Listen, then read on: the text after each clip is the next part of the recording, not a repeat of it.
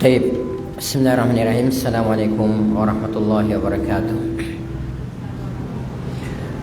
إن الحمد لله نحمده ونستعينه ونستغفره ونعوذ بالله من شرور أنفسنا ومن سيئات أعمالنا من يهده الله فلا مضل له ومن يضلله فلا هادي له وأشهد أن لا إله إلا الله وأشهد أن محمدا عبده ورسوله لا نبي بعده اللهم صل وسلم وبارك وعنهم على نبينا محمد وعلى آله وصحبه ومن سار على نهجه ومن جاهد بجهاده واهتدى بهديه واستنى بسنته وتمسك بها إلى يوم الميعاد أما بعد يا أيها الذين آمنوا اتقوا الله حق تقاته ولا تموتن إلا وأنتم مسلمون يا أيها الناس اتقوا ربكم الذي خلقكم من نفس واحدة وخلق منها زوجها وبث منهما رجالا كثيرا ونساء واتقوا الله الذي تساءلون به والأرحام إن الله كان عليكم رقيبا يا أيها الذين آمنوا اتقوا الله وقولوا قولا سديدا يصلح لكم أعمالكم ويغفر لكم ذنوبكم ومن يطع الله ورسوله فقد فاز فوزا عظيما أما بعد فإن أحسن الكلام كتاب الله وخير الهدى هدى محمد صلى الله عليه وسلم وشر الأمور محدثاتها فإن كل محدثة بدعة وإن كل بدعة ضلالة وكل ضلالة في النار أي كما قال رسول الله صلى الله عليه وسلم ثم أما بعد Akhwati fiddin a'azzani Allah wa iyyakum. Sebelum kajian ini kita mulai, mari sejenak kita memanjatkan puji dan syukur kehadirat Allah Subhanahu wa taala yang mana sampai pada pagi hari yang sangat berbahagia ini Allah Subhanahu wa taala masih senantiasa memberikan kepada kita berbagai macam karunia dan kenikmatannya. Di antaranya nikmat kesehatan, nikmat kesempatan dan waktu luang, dan yang terbesar adalah nikmat Islam, nikmat iman, nikmat taufik, nikmat hidayah, nikmat sunnah serta nikmat tauhid. Sehingga dengan seluruh nikmat inilah kita masih bisa melangkahkan kaki ke tempat yang insyaallah taala diberkahi oleh Allah Ta'ala ini dalam rangka untuk melaksanakan salah satu kewajiban kita sebagai seorang muslim, sebagai seorang muslimah, di antaranya thalabul ilmi syar'i. Kemudian selanjutnya tak lupa pula salam dan salawat semoga senantiasa tercurahkan atas junjungan Nabi besar kita Nabi Muhammad sallallahu alaihi wasallam, Nabi yang telah membawa kita, Nabi yang telah mengeluarkan dan menuntun kita dari gelap dan pekatnya alam jahiliyah menuju kepada terangnya alam Islam yang sempurna. Akhwati fiddin rahimani wa rahimakumullah taala jami'a. Insyaallah taala pada pagi hari yang sangat berbahagia ini atas izin dan taufik dari Allah Subhanahu wa taala, kembali kita akan melanjutkan pembacaan kitab Al-Adabu Al-Mufrad, buah karya dari Al-Imam Muhammad bin Ismail bin Ibrahim Al-Bukhari rahimahullahu taala rahmatan wasi'ah. Ini jelas gak ini? Jelas gak? Baik. Pada pertemuan kita kali ini, atas izin, pertolongan dan taufik dari Allah Subhanahu wa taala, kita akan memasuki bab yang pertama, babu qaulillahi ta'ala, bab firman Allah Subhanahu wa taala dalam Al-Qur'an surah Al-Ankabut ayat 8. Yang punya buku bisa dibuka bukunya. Allah Subhanahu wa taala berfirman, wa wasaina al-insana biwalidayhi husna. Kata Allah Subhanahu wa taala, kami mewasiatkan kepada manusia, kami memerintahkan kepada manusia biwalidayhi husna, agar berbuat baik kepada kedua orang tuanya. Jadi ini wasiat dari Allah Subhanahu wa taala. Ini perintah dari Allah Subhanahu wa taala kepada kita semua, kepada kaum muslimin dan muslimat, kepada orang-orang, terkhusus kepada orang-orang yang beriman kepada Allah Subhanahu wa taala. Kita diperintahkan untuk senantiasa berbuat baik kepada kedua orang tua kita dengan sebenar-benarnya berbuat baik. Jadi bukan hanya berbuat baik saja. Berbuat baik saja itu tidak cukup. Akan tetapi yang Allah wasiatkan, yang Allah Subhanahu wa taala perintahkan kepada kita adalah berbuat baik dengan sebenar-benarnya berbuat baik. Ya, dengan perbuatan terbaik kita. Itu yang kita persembahkan kepada orang tua kita. Dan ini adalah perintah wasiat Allah Subhanahu wa taala. Nanti akan kita bacakan dalil-dalil yang lain dalam Al-Qur'an yang menerangkan tentang urgensi atau pentingnya berbakti, berbuat baik kepada kedua orang tua kita.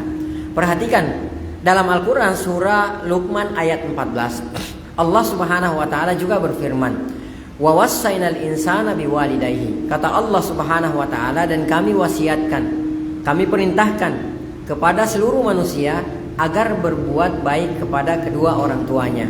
Jadi ini adalah perintah Allah Subhanahu wa taala kepada kita semua, kepada kaum muslimin, kepada kaum muslimat, agar senantiasa berbuat baik kepada kedua orang tua kita.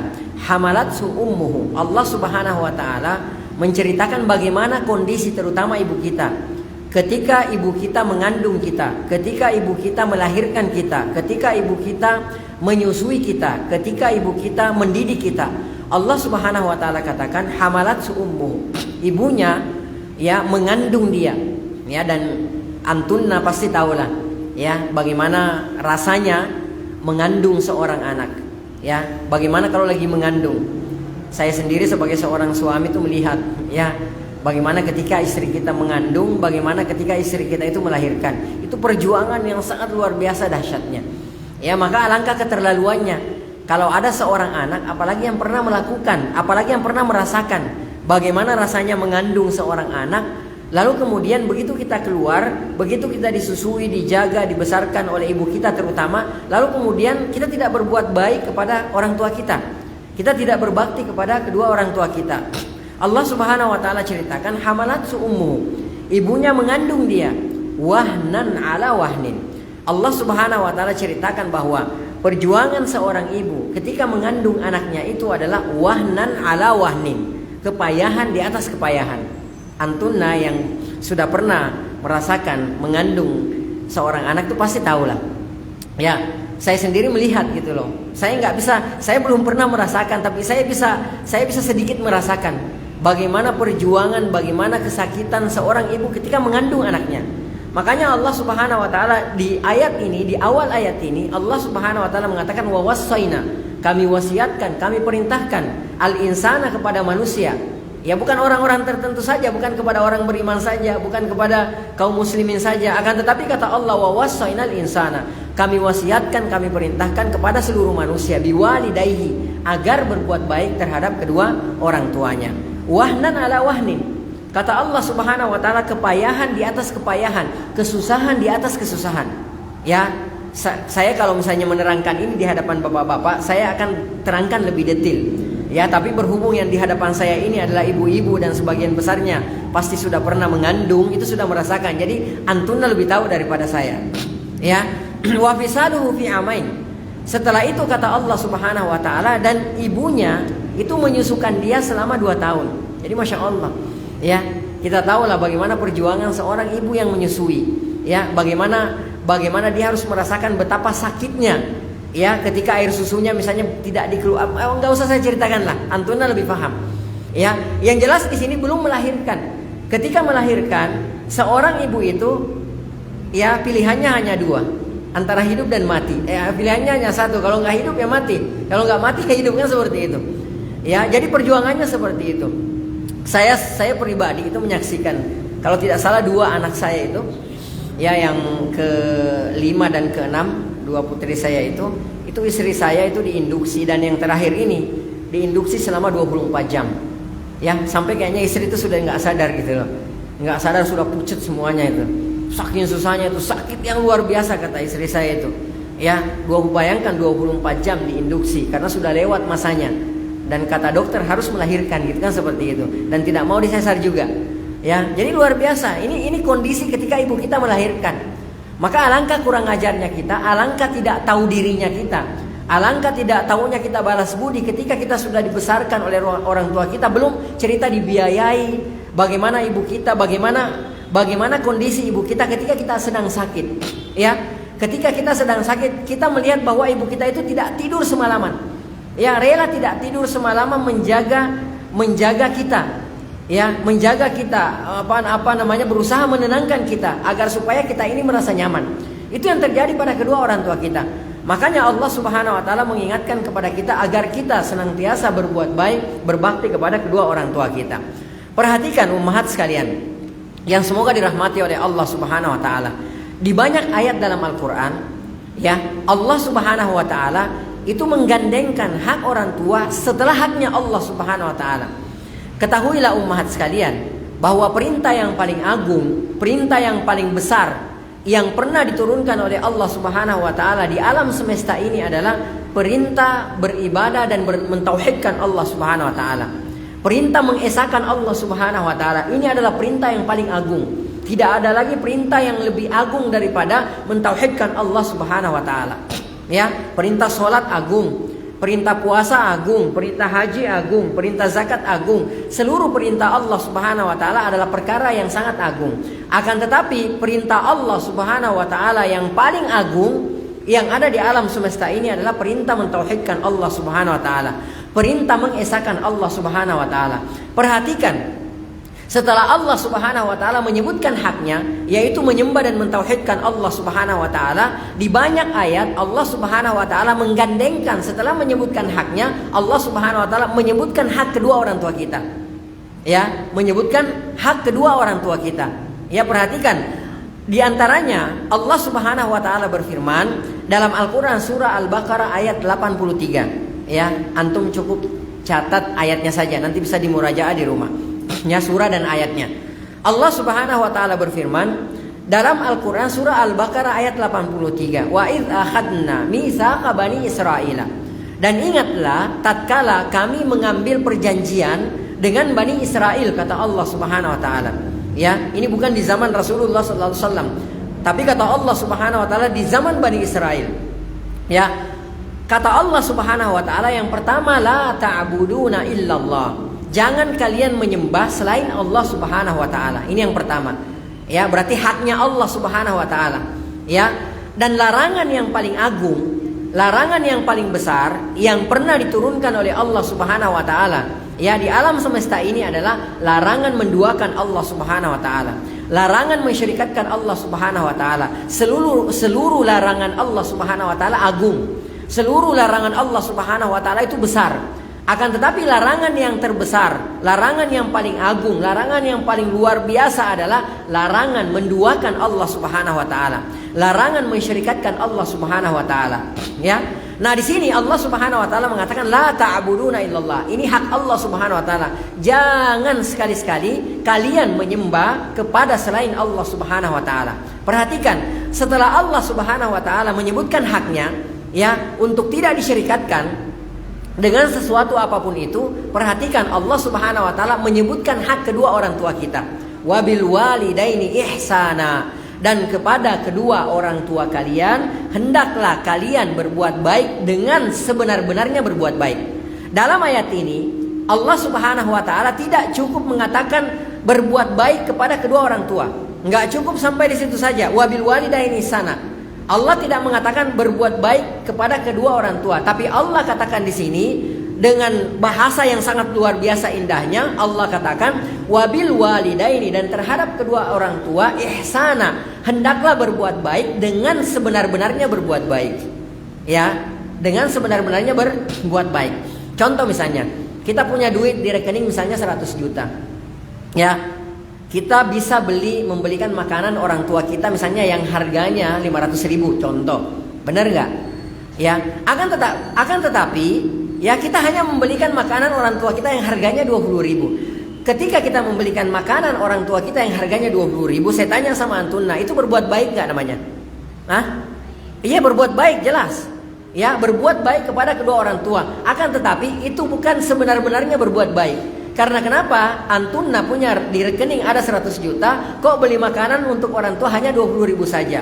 Allah katakan hendaklah kalian berbuat baik dengan sebenar-benarnya berbuat baik. Kalau antunna bisa beli makanan yang harganya 500.000 untuk orang tua, antunna bisa beli makanan untuk antunna dan anak antunna yang harganya 500.000 rupiah.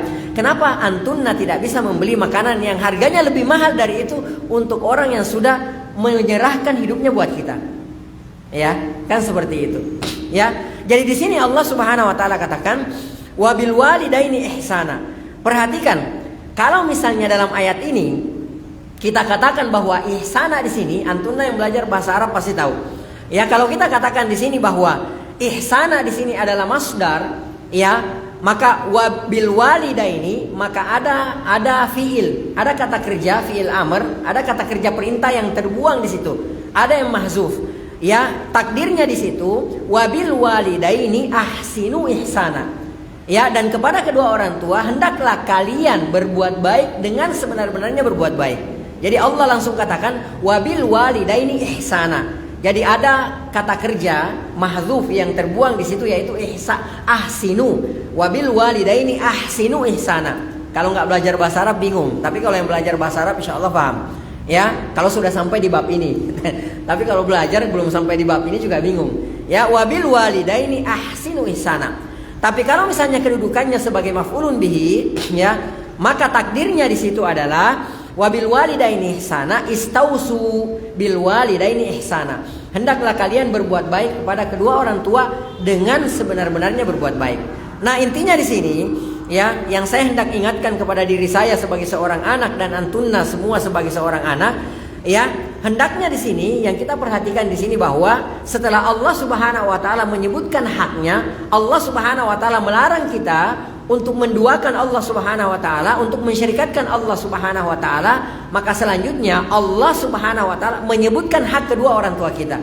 Ya, menyebutkan hak kedua orang tua kita. Bukan yang disebutkan di sini Rasulullah enggak, ya, atau pemimpin misalnya atau siapa itu enggak. Akan tetapi Allah katakan dan ini perjanjian yang dibuat oleh Allah Subhanahu wa taala, mengambil perjanjian dengan Bani Israel. Ya, Allah ta'buduna illallah wa bil walidaini ihsana. Dan kepada kedua orang tua hendaklah kalian berbuat baik dengan sebenar-benarnya berbuat baik.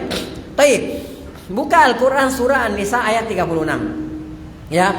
Al-Qur'an surah An-Nisa ayat 36. Allah Subhanahu wa taala berfirman, wa'budullah. Ya. Kata Allah Subhanahu wa taala, sembahlah Allah Subhanahu wa taala. Esakanlah Allah Subhanahu wa taala. Ya, tauhidkanlah Allah Subhanahu wa taala. Jadi bukan hanya sekedar menyembah saja ya. Ya, bukan hanya sekedar menyembah saja. Tapi lebih daripada itu, perintah agung dalam ayat ini adalah yang lebih agung dari di dalam perintah ini adalah tauhidkanlah Allah Subhanahu wa taala. Esakanlah Allah Subhanahu wa taala. Karena banyak orang yang mengklaim dirinya sebagai kaum muslimin, ternyata di samping dia berdoa kepada Allah Subhanahu wa taala, ternyata dia juga berdoa kepada selain Allah Subhanahu wa taala. Itu namanya tidak mentauhidkan Allah Subhanahu wa taala. Bukan ini yang dikehendaki oleh Allah Subhanahu wa taala. Karena ternyata orang-orang kafir Quraisy yang diperangi oleh Rasulullah sallallahu alaihi wasallam dan yang memerangi Rasulullah sallallahu alaihi wasallam, ternyata mereka juga berdoa kepada Allah Subhanahu wa taala. Benar enggak? Tidaklah mereka disebut sebagai kaum musyrikin kecuali karena mereka di samping menyembah Allah Subhanahu wa taala, mereka juga menyembah selain Allah Subhanahu wa taala. Makanya mereka disebut sebagai kaum musyrikin, orang-orang yang mensyirikatkan Allah Subhanahu wa taala. Dan inilah hakikat kesyirikan, ya, ittihadus syarik, mengambil syirikat, mengambil tandingan. Ya, hakikat kesyirikan itu sebagaimana yang didefinisikan oleh para ulama adalah, ya, taswiyatu bi ghairillah billah, menyamakan selain Allah dengan Allah Subhanahu wa taala fima huwa min khasaisillah, terhadap yang menjadi kekhususan Allah Subhanahu wa taala. Benar enggak? Saya tanya sama antunna, berdoa, ya, berdoa itu kekhususan Allah bukan? Ya, berdoa, kita berdoa kepada siapa? Hanya kepada siapa seharusnya? Kepada Allah. Ketika kita berdoa kepada selain Allah, artinya apa itu? Menyamakan selain Allah dengan Allah. Jadi kalau misalnya kita berdoa kepada orang soleh yang sudah meninggal dunia, itu artinya kita menyetarakan orang soleh dengan siapa? Dengan Allah Subhanahu wa taala. Itulah hakikat kesyirikan. Ya, itulah yang disebut sebagai hakikat kesyirikan. Nah, perhatikan di ayat ini Allah Subhanahu wa taala berfirman, wa'budullah. Sembahlah Allah Subhanahu wa taala. Tauhidkanlah Allah Subhanahu wa taala. Esakanlah Allah Subhanahu wa taala. Wala tusyriku bihi syai'a. Jangan sekali-sekali kalian menduakan Allah Subhanahu wa taala. Jangan sekali-sekali kalian mensyirikatkan Allah Subhanahu wa taala. Jadi enggak boleh. Di samping kita berdoa kepada Allah, kita juga berdoa kepada selain Allah. Di samping kita menyembelih tujuannya untuk Allah, menyembelih juga tujuannya kepada selain Allah Subhanahu wa taala. Di samping kita bertawakal kepada Allah Subhanahu wa taala, kita juga bertawakal kepada selain Allah Subhanahu wa taala. Inilah yang disebut sebagai kesyirikan. Dan Allah katakan wala tusyriku bihi syai'a. Jangan sekali-sekali kalian menduakan, mensyirikatkan Allah Subhanahu wa taala. Perhatikan, setelah Allah Subhanahu wa taala memerintahkan kita untuk menyembah kepada Allah, melarang kita untuk menduakan Allah Subhanahu wa taala. Perhatikan, lagi-lagi Allah Subhanahu wa taala menggandengkan setelah hak Allah Subhanahu wa taala dengan hak kedua orang tua kita. Wabil walidaini ihsana. Ya, wabil walidaini ihsana, dan kepada kedua orang tua kalian hendaklah kalian berbuat baik dengan sebenar-benarnya berbuat baik. Jadi kalau antunna menerjemahkan hendaklah berbuat baik kepada orang tua, itu tidak sempurna terjemahannya. Tapi terjemahannya yang sempurna, wabil walidaini ihsana, hendaklah kalian berbuat baik kepada kedua orang tua kalian dengan sebenar-benarnya berbuat baik. Ya, dengan sebenar-benarnya berbuat baik. Contohnya itu tadi. Ya, contoh sederhananya itu tadi. Ya, kalau misalnya nih, contoh lagi misalnya, kita bisa beli gamis, ya, yang harganya yang branded misalnya. Antunna bisa beli yang sampai 1 juta 2 juta misalnya, gamis yang branded. Tiba-tiba untuk ibunda gitu, untuk ibu kita cari yang paling murah. Sudah murah, harga dasarnya sudah murah, cari yang promonya 50% lagi. Ya, subhanallah. Ini bukan berbuat baik dengan sebenar-benarnya berbuat baik. Taib, buka Al-Quran surah Al-An'am ayat 151. Allah Subhanahu wa taala berfirman, Kul, katakan wahai Muhammad, ta'alau, kemarilah kalian. Atlu ma harrama rabbukum alaikum. Ya, kata Allah Subhanahu wa taala, katakan wahai Muhammad, ta'alau, kemarilah kalian. Atlu ma harrama rabbukum alaikum. Aku akan membacakan apa-apa yang diharamkan oleh Allah Subhanahu wa taala atas kalian. Ya, apa-apa yang diharamkan oleh Allah Subhanahu wa taala atas kalian. Yang pertama, Allah Subhanahu wa taala berfirman, Allah tusyriku bihi syai'a. Jangan sekali-sekali kalian mensyirikatkan Allah Subhanahu wa taala. Jangan sekali-sekali kalian menduakan Allah Subhanahu wa taala. Lagi-lagi ini kan haknya Allah. Karena itu tadi kan, larangan yang paling agung yang pernah diturunkan oleh Allah Subhanahu wa taala adalah larangan apa? Menduakan Allah Subhanahu wa taala. Larangan berzina besar, larangan mencuri besar, larangan berumpi bergibah besar, ya, larangan menzolimi orang lain besar. Ya, intinya seluruh larangan Allah Subhanahu wa taala itu agung, itu besar. Akan tetapi larangan yang terbesar, ya, kriminalitas yang terbesar yang pernah ada adalah menduakan Allah Subhanahu wa taala, mensyirikatkan Allah Subhanahu wa taala. Taib, perhatikan, setelah Allah Subhanahu wa taala menyebutkan haknya Allah Subhanahu wa taala, lagi-lagi Allah Subhanahu wa taala menyebutkan hak kedua orang tua kita. Wabil walidaini ihsana, dan kepada kedua orang tua kalian hendaklah kalian berbuat baik dengan sebenar-benarnya berbuat baik. Ya, insyaallah. Sudah berapa ayat itu? Ya, sudah 3 ayat. Taib, antunna buka surah Al-Isra ayat 23. Allah Subhanahu wa taala berfirman, wa qada rabbuka.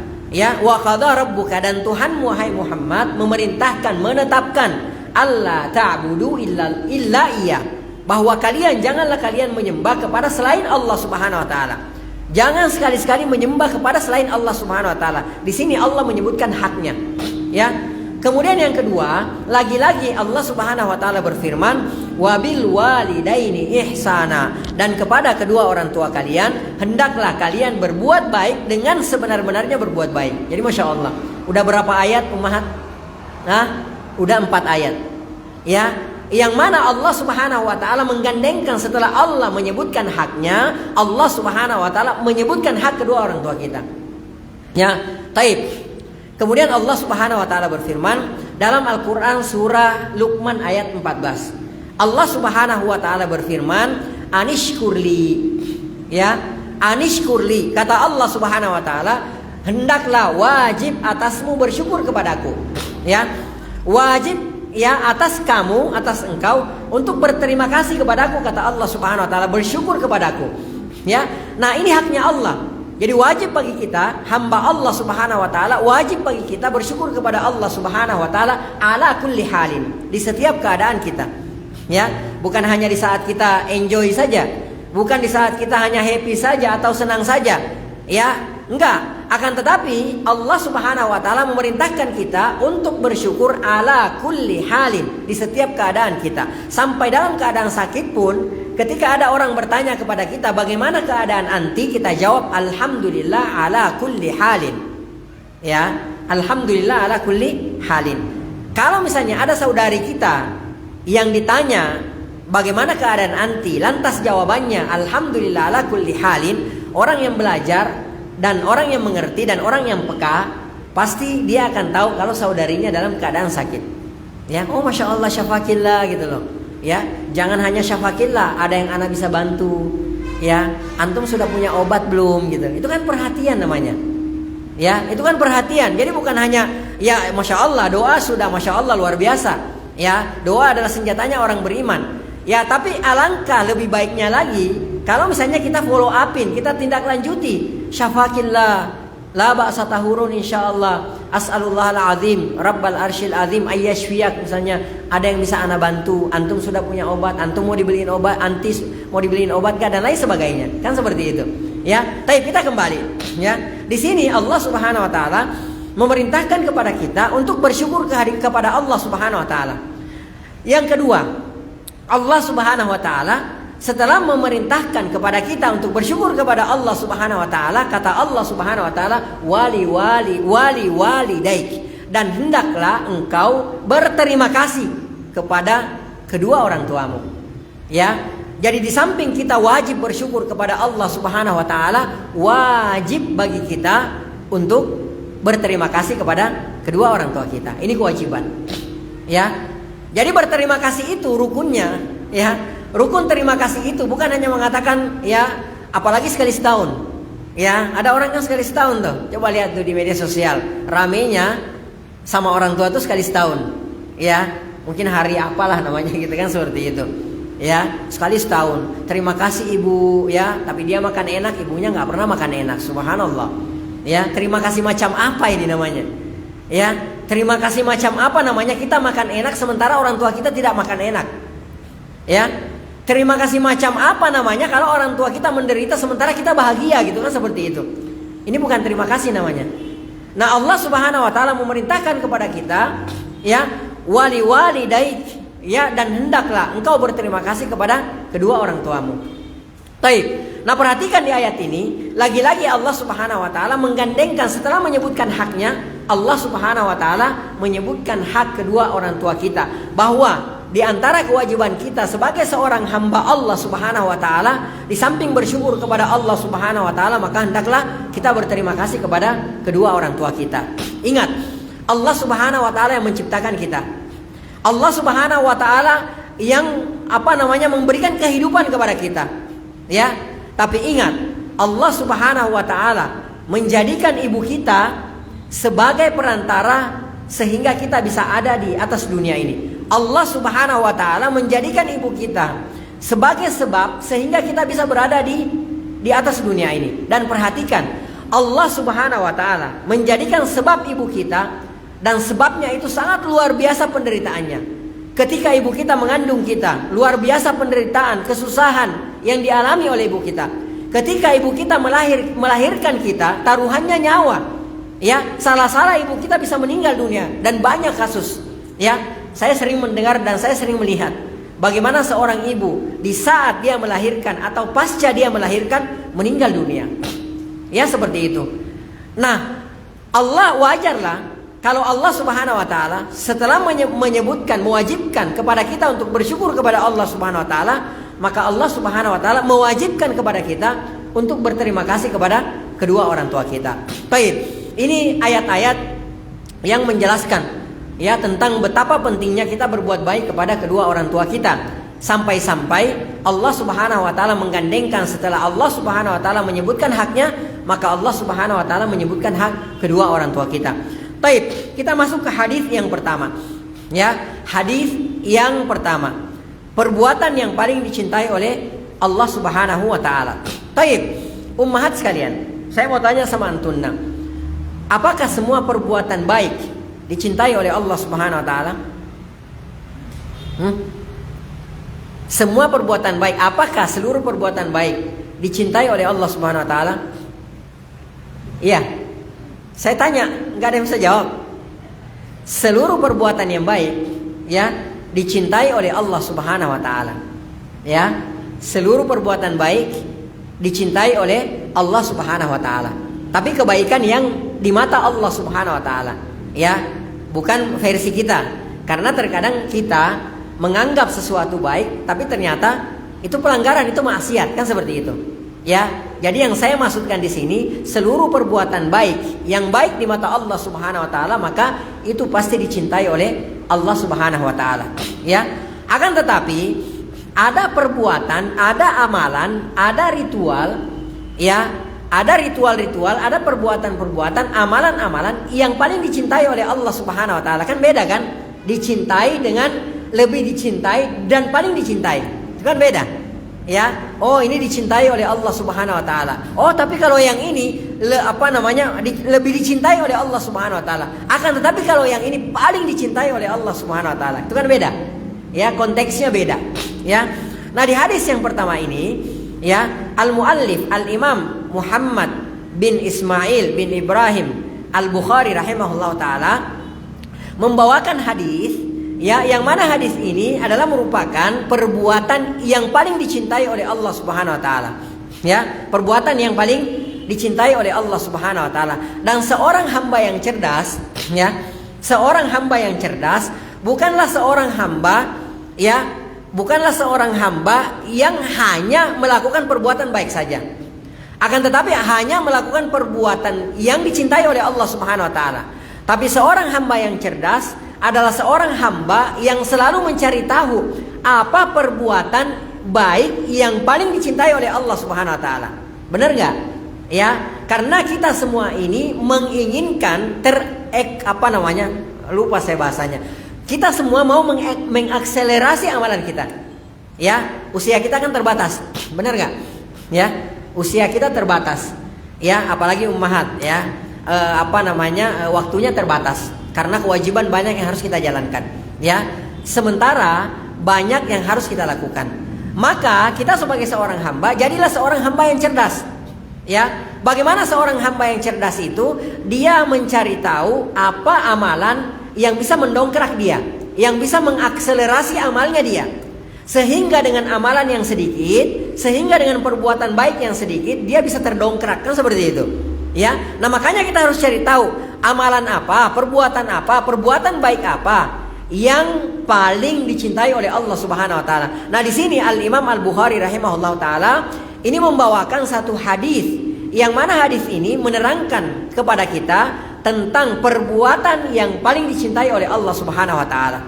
Beliau rahimahullah taala berkata, An-Nabi Amru Asy-Syaibani qala, dari Abu Amru Asy-Syaibani beliau berkata, haddatsana sahibu hadzal dar, telah menceritakan kepada kami sahibu hadzal dar, penghuni rumah ini, wa auma'a biyadihi ila dari Abdillah. Kemudian yang meriwayatkan hadis ini menunjuk kepada siapa? Menunjuk kepada rumahnya Abdullah. Ya.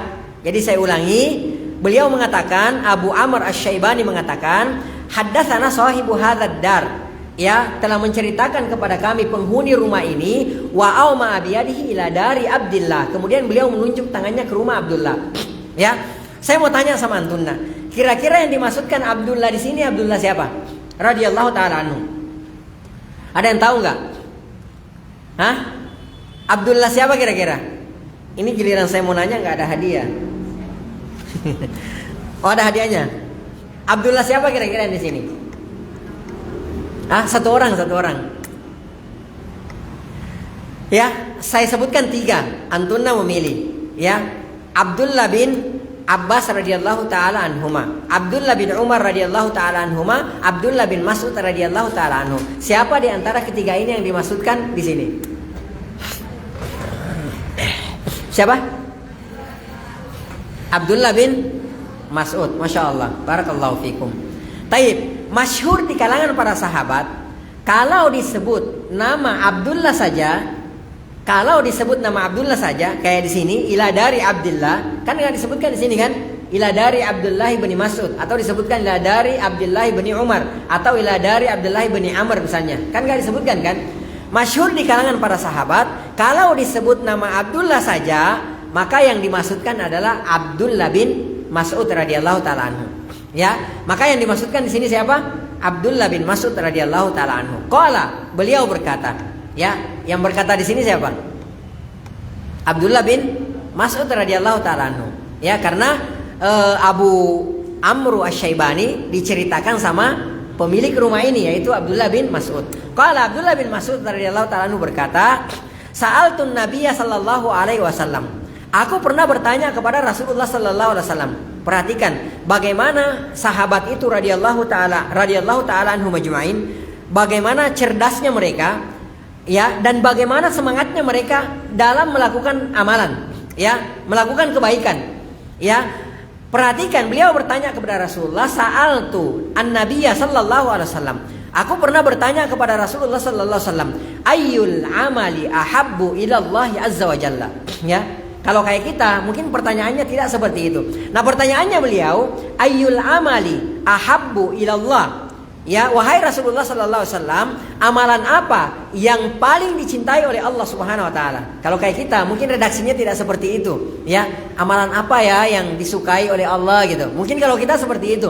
Amalan apa ya yang dicintai oleh Allah Subhanahu wa taala? Karena amalan yang dicintai semua, ya, seluruh amalan, ya, seluruh amalan baik, ya, seluruh perbuatan baik itu pasti dicintai oleh Allah Subhanahu wa taala. Benar enggak ibu-ibu sekalian? Ya, seluruh perbuatan baik itu pasti dicintai oleh Allah Subhanahu wa taala. Allah Subhanahu wa taala berfirman, ya, Innallaha yuhibbul muhsinin. Sesungguhnya Allah Subhanahu wa taala mencintai orang-orang yang berbuat baik. Jadi seluruh orang-orang yang berbuat baik itu dicintai oleh Allah Subhanahu wa taala. Berarti seluruh perbuatan baik juga dicintai oleh Allah Subhanahu wa taala. Ya, wa rahmatu rabbika inna rahmata rabbika qaribun minal muhsinin. Sesungguhnya rahmat Rabbmu wahai Muhammad itu dekat dengan orang-orang yang berbuat baik. Berarti seluruh perbuatan baik dicintai oleh Allah Subhanahu wa taala. Benar enggak?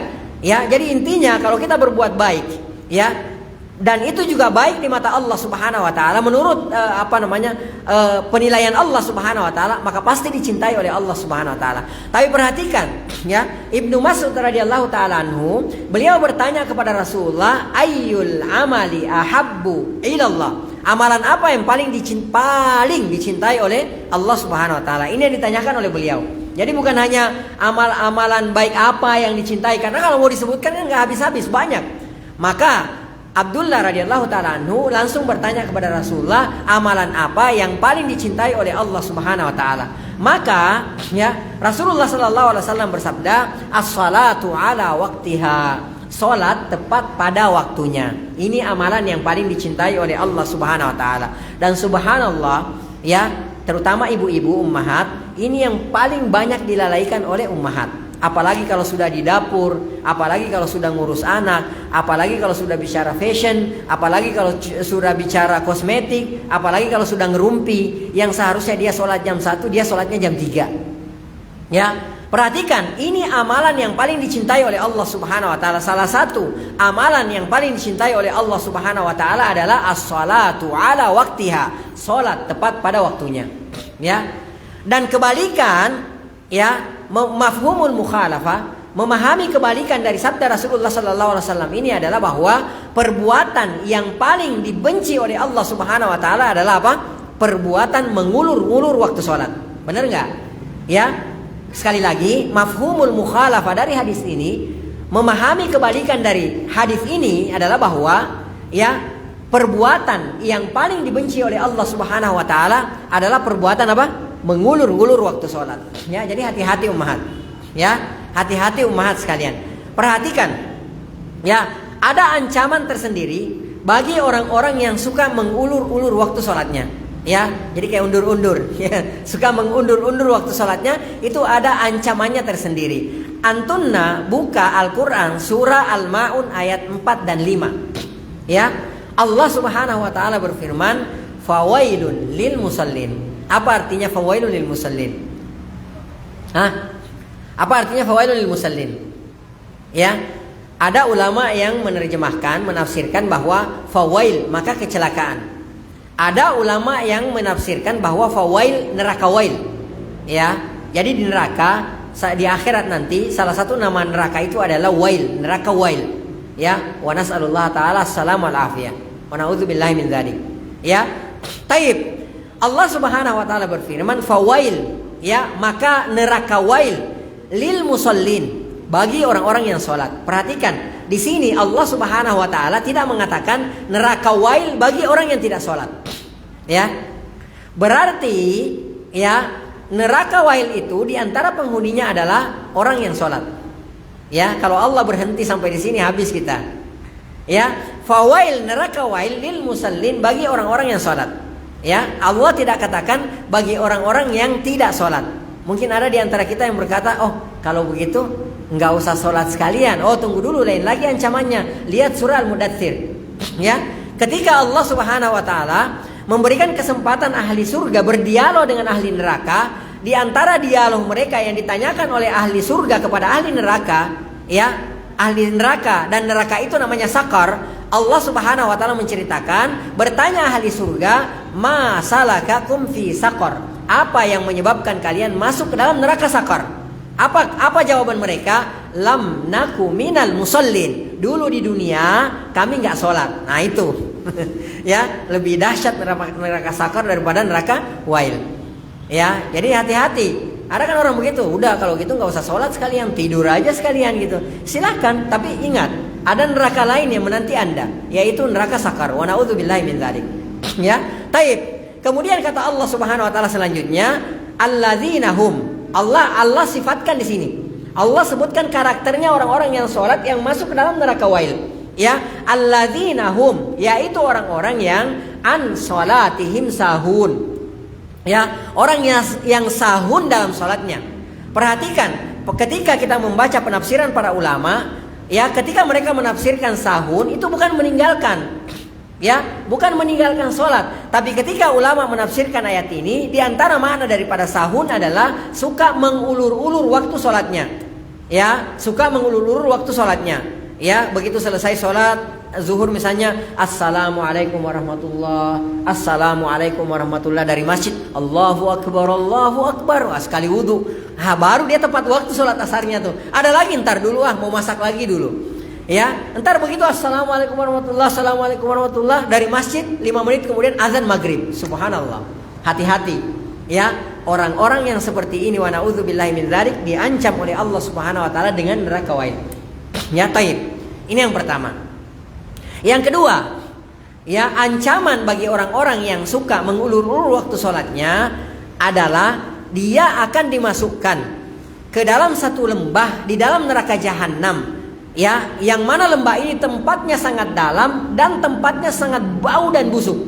Ya, nama lembah ini namanya Al-Ghayyu. Ya, nama lembah ini namanya Al-Ghayyu. Buka surah Maryam ayat 59.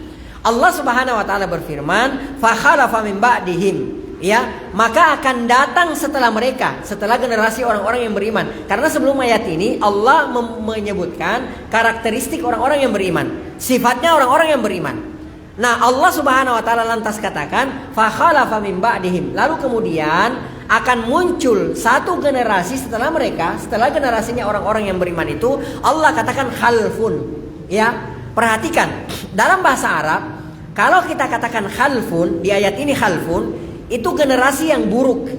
Ya, tapi kalau kita katakan khalafun dengan kalau khalfun lamnya disukun, itu generasi yang buruk. Tapi kalau khalafun lamnya fathah, maka itu generasi yang baik. Nah, di sini Allah Subhanahu wa taala katakan fa khalafa min ba'dihim khalfun, maka akan datang setelah generasi mereka suatu generasi yang buruk. Ya, karakternya apa? Ya, adaa'us shalah. Mereka menyanyiakan sholat. Nah, kalau kita lihat lagi penafsiran para ulama, adaa'us shalah di sini bukan tarkus shalah. Penafsiran mereka bukan meninggalkan sholat. Karena kalau meninggalkan sholat sudah jelas ada neraka sakar. Ya, tapi yang dimaksudkan di sini adaa'us shalah adalah menyanyiakan sholat. Ya, wa na'udzubillahi min dzalik. Ya, jangan-jangan kita dan generasi kita lah zamannya. Ya, antuna biasa lihat ya yang orang sebut SCBD itu. Hah? Sudirman apa itu? Ya, hati-hati, itu dari Depok banyak loh itu. Ya, mungkin mereka udah nggak sholat, tidur di trotoar. Ya, tidur di trotoar, boro-boro sholat. Ya, apa wudhu aja.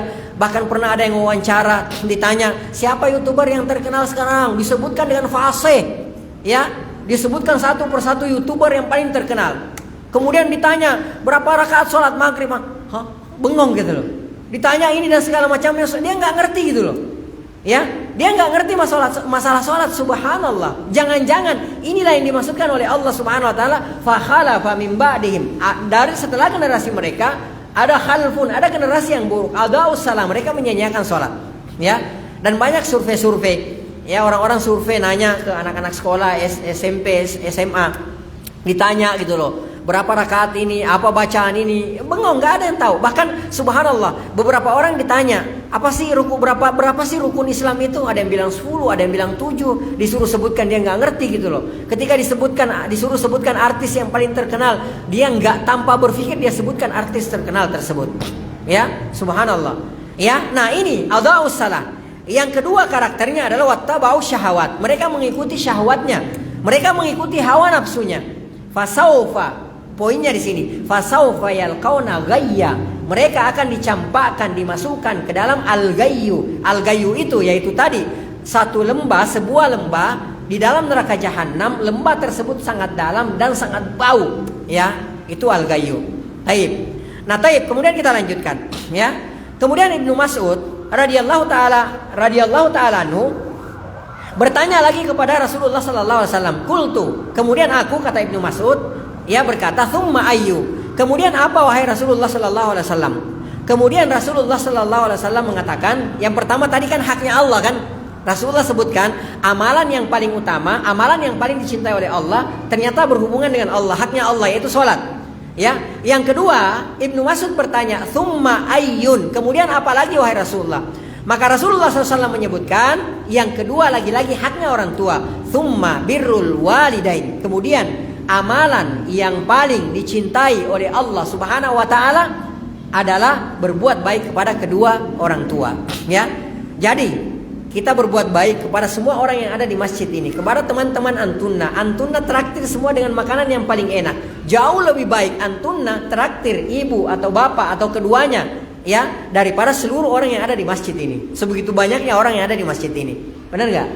Ya. Nah, karena kenapa kata Rasulullah, ya, perbuatan yang paling dicintai oleh Allah Subhanahu wa taala setelah sholat itu adalah birrul walidain, berbuat baik kepada kedua orang tua kita. Taib. Nah, di sini lagi-lagi Rasulullah sallallahu alaihi wasallam menyebutkan hak orang tua kita setelah hak Allah Subhanahu wa taala. Taib. Qultu. Kemudian kata Ibnu Mas'ud, aku bertanya lagi kepada Rasulullah. Jadi ini yang ketiga kalinya, ya. Tsumma ayyun? Wahai Rasulullah sallallahu alaihi wasallam, kemudian apa lagi? Qala, maka Rasulullah sallallahu alaihi wasallam bersabda, "Tsummal jihadu fi sabilillah." Kemudian berjihad di jalan Allah Subhanahu wa taala. Subhanallah. Ya, Allah sebutkan jihad setelah menyebutkan kedua orang tua kita. Kita tahulah bagaimana keutamaannya orang-orang yang berjihad di jalan Allah Subhanahu wa taala.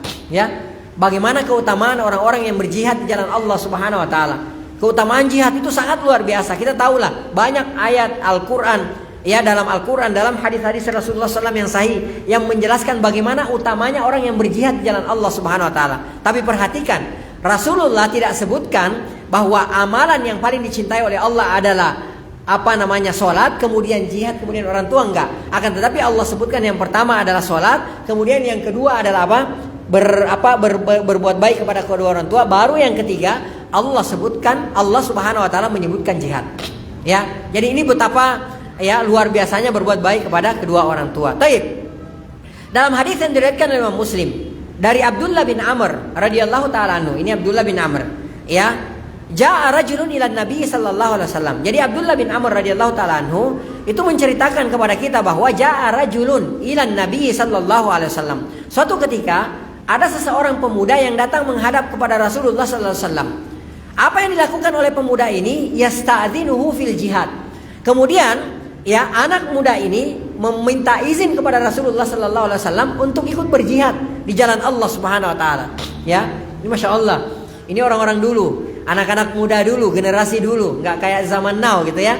Mereka datang ke Rasulullah minta izin. Bahkan kalau kita baca di perang Badar, di perang Uhud, bagaimana anak-anak kecil itu belagak seperti orang dewasa, jalannya dibikin kayak orang dewasa supaya boleh diizinkan oleh Rasulullah untuk ikut berperang. Ya, jadi dibuat-buat dirinya kayak orang dewasa, cara jalannya, penampilannya, gimana caranya supaya diizinkan untuk ikut berperang. Ya, Kalau anak-anak sekarang ya itu nongkrongnya di sono tuh. Ya, orang bilang SCBD dan semacamnya itu, kafe-kafe coba perhatikan tuh kalau tempat-tempat nongkrong tuh isinya siapa itu? Ya, orang lagi sekolah nongkrongnya di kafe-kafe kok gitu, subhanallah. Ya, orang-orang sahabat, anak-anaknya sahabat itu masya Allah. Ya, mereka nangis. Bahkan kalau baca perang Badar dan perang Uhud itu, bagaimana mereka itu nangis gitu loh. Karena kenapa? Bukan nangis karena nggak diizinin, nggak dikasih game, nggak diizinin disuruh main game, enggak. Mereka nangis karena tidak diizinkan oleh Rasulullah SAW untuk ikut berperang. Ini anak kecilnya loh. Ya, nah perhatikan di sini. Faqala Rasulullah SAW bukan langsung mengatakan, oh masya Allah ya udah kamu ikut, enggak. Kamu daftar kamu, enggak. Rasulullah mengatakan, ahayyun walidak. Saya mau tanya sama kamu, apakah kedua orang tuamu masih hidup? Ya, apakah kedua orang tuamu masih hidup? Kata beliau, kata anak ini, ya beliau mengatakan, na'am, masih hidup wahai Rasulullah. Apa kata Rasulullah SAW? Fafihima fajahid. Ya, maka kepada kedua orang tuamu, kepadanya keduanya lah engkau berjihad. Dalam artian, bagaimana cara kamu berusaha bahagiakan, berbuat baik sama orang tuamu, itu jihad kamu di situ. Ya, sampai-sampai Rasulullah SAW tidak mengizinkan dia untuk berjihad. Padahal kita tahu di zaman-zaman itu, ya Islam sangat membutuhkan person, sangat membutuhkan tentara untuk berjihad di jalan Allah Subhanahu Wa Taala. Akan tetapi Rasulullah SAW memberikan petunjuk bahwa ya amalan yang terbaik itu belum saatnya engkau berjihad, tapi amalan yang terbaik kamu itu adalah kepada kedua orang tuamu, berbakti kepada kedua orang tuamu. Sebagaimana yang disebutkan di hadis yang dibawakan oleh Imam Bukhari ini, bahwa sholat kemudian yang kedua adalah berbuat baik kepada kedua orang tua, berbakti kepada kedua orang tua, barulah kemudian berjihad di jalan Allah Subhanahu Wa Taala. Taib.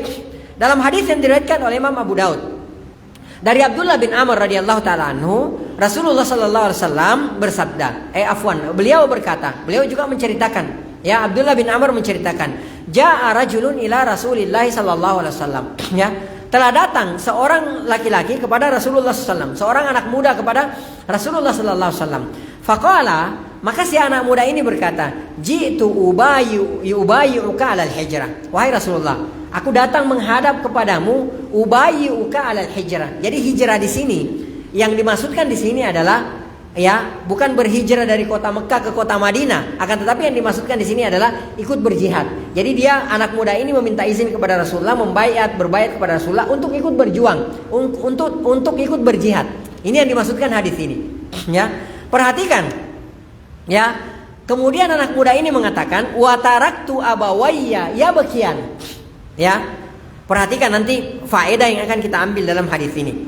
Ya, kata anak muda ini, jitu ubayyuka 'alal hijrah. Aku datang menghadap kepadamu Rasulullah dalam rangka membayat engkau untuk ikut berjihad di jalan Allah Subhanahu Wa Taala.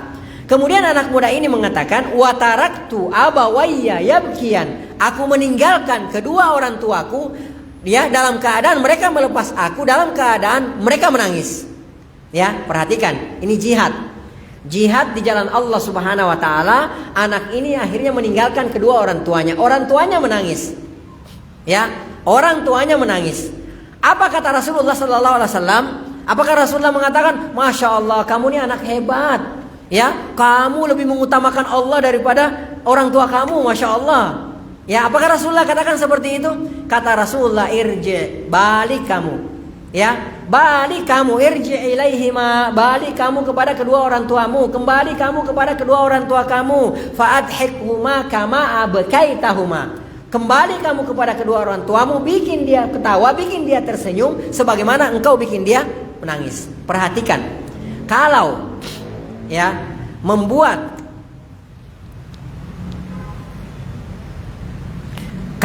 orang tua menangis karena jihad di jalan Allah Subhanahu Wa Taala, dan karena Allah Subhanahu Wa Taala disuruh kembali oleh Rasulullah Sallallahu Alaihi Wasallam, maka bagaimana lagi ketika kita membuat orang tua menangis, orang tua karena kepentingan pribadi kita, karena hawa nafsu kita, karena kedurhakaan kita.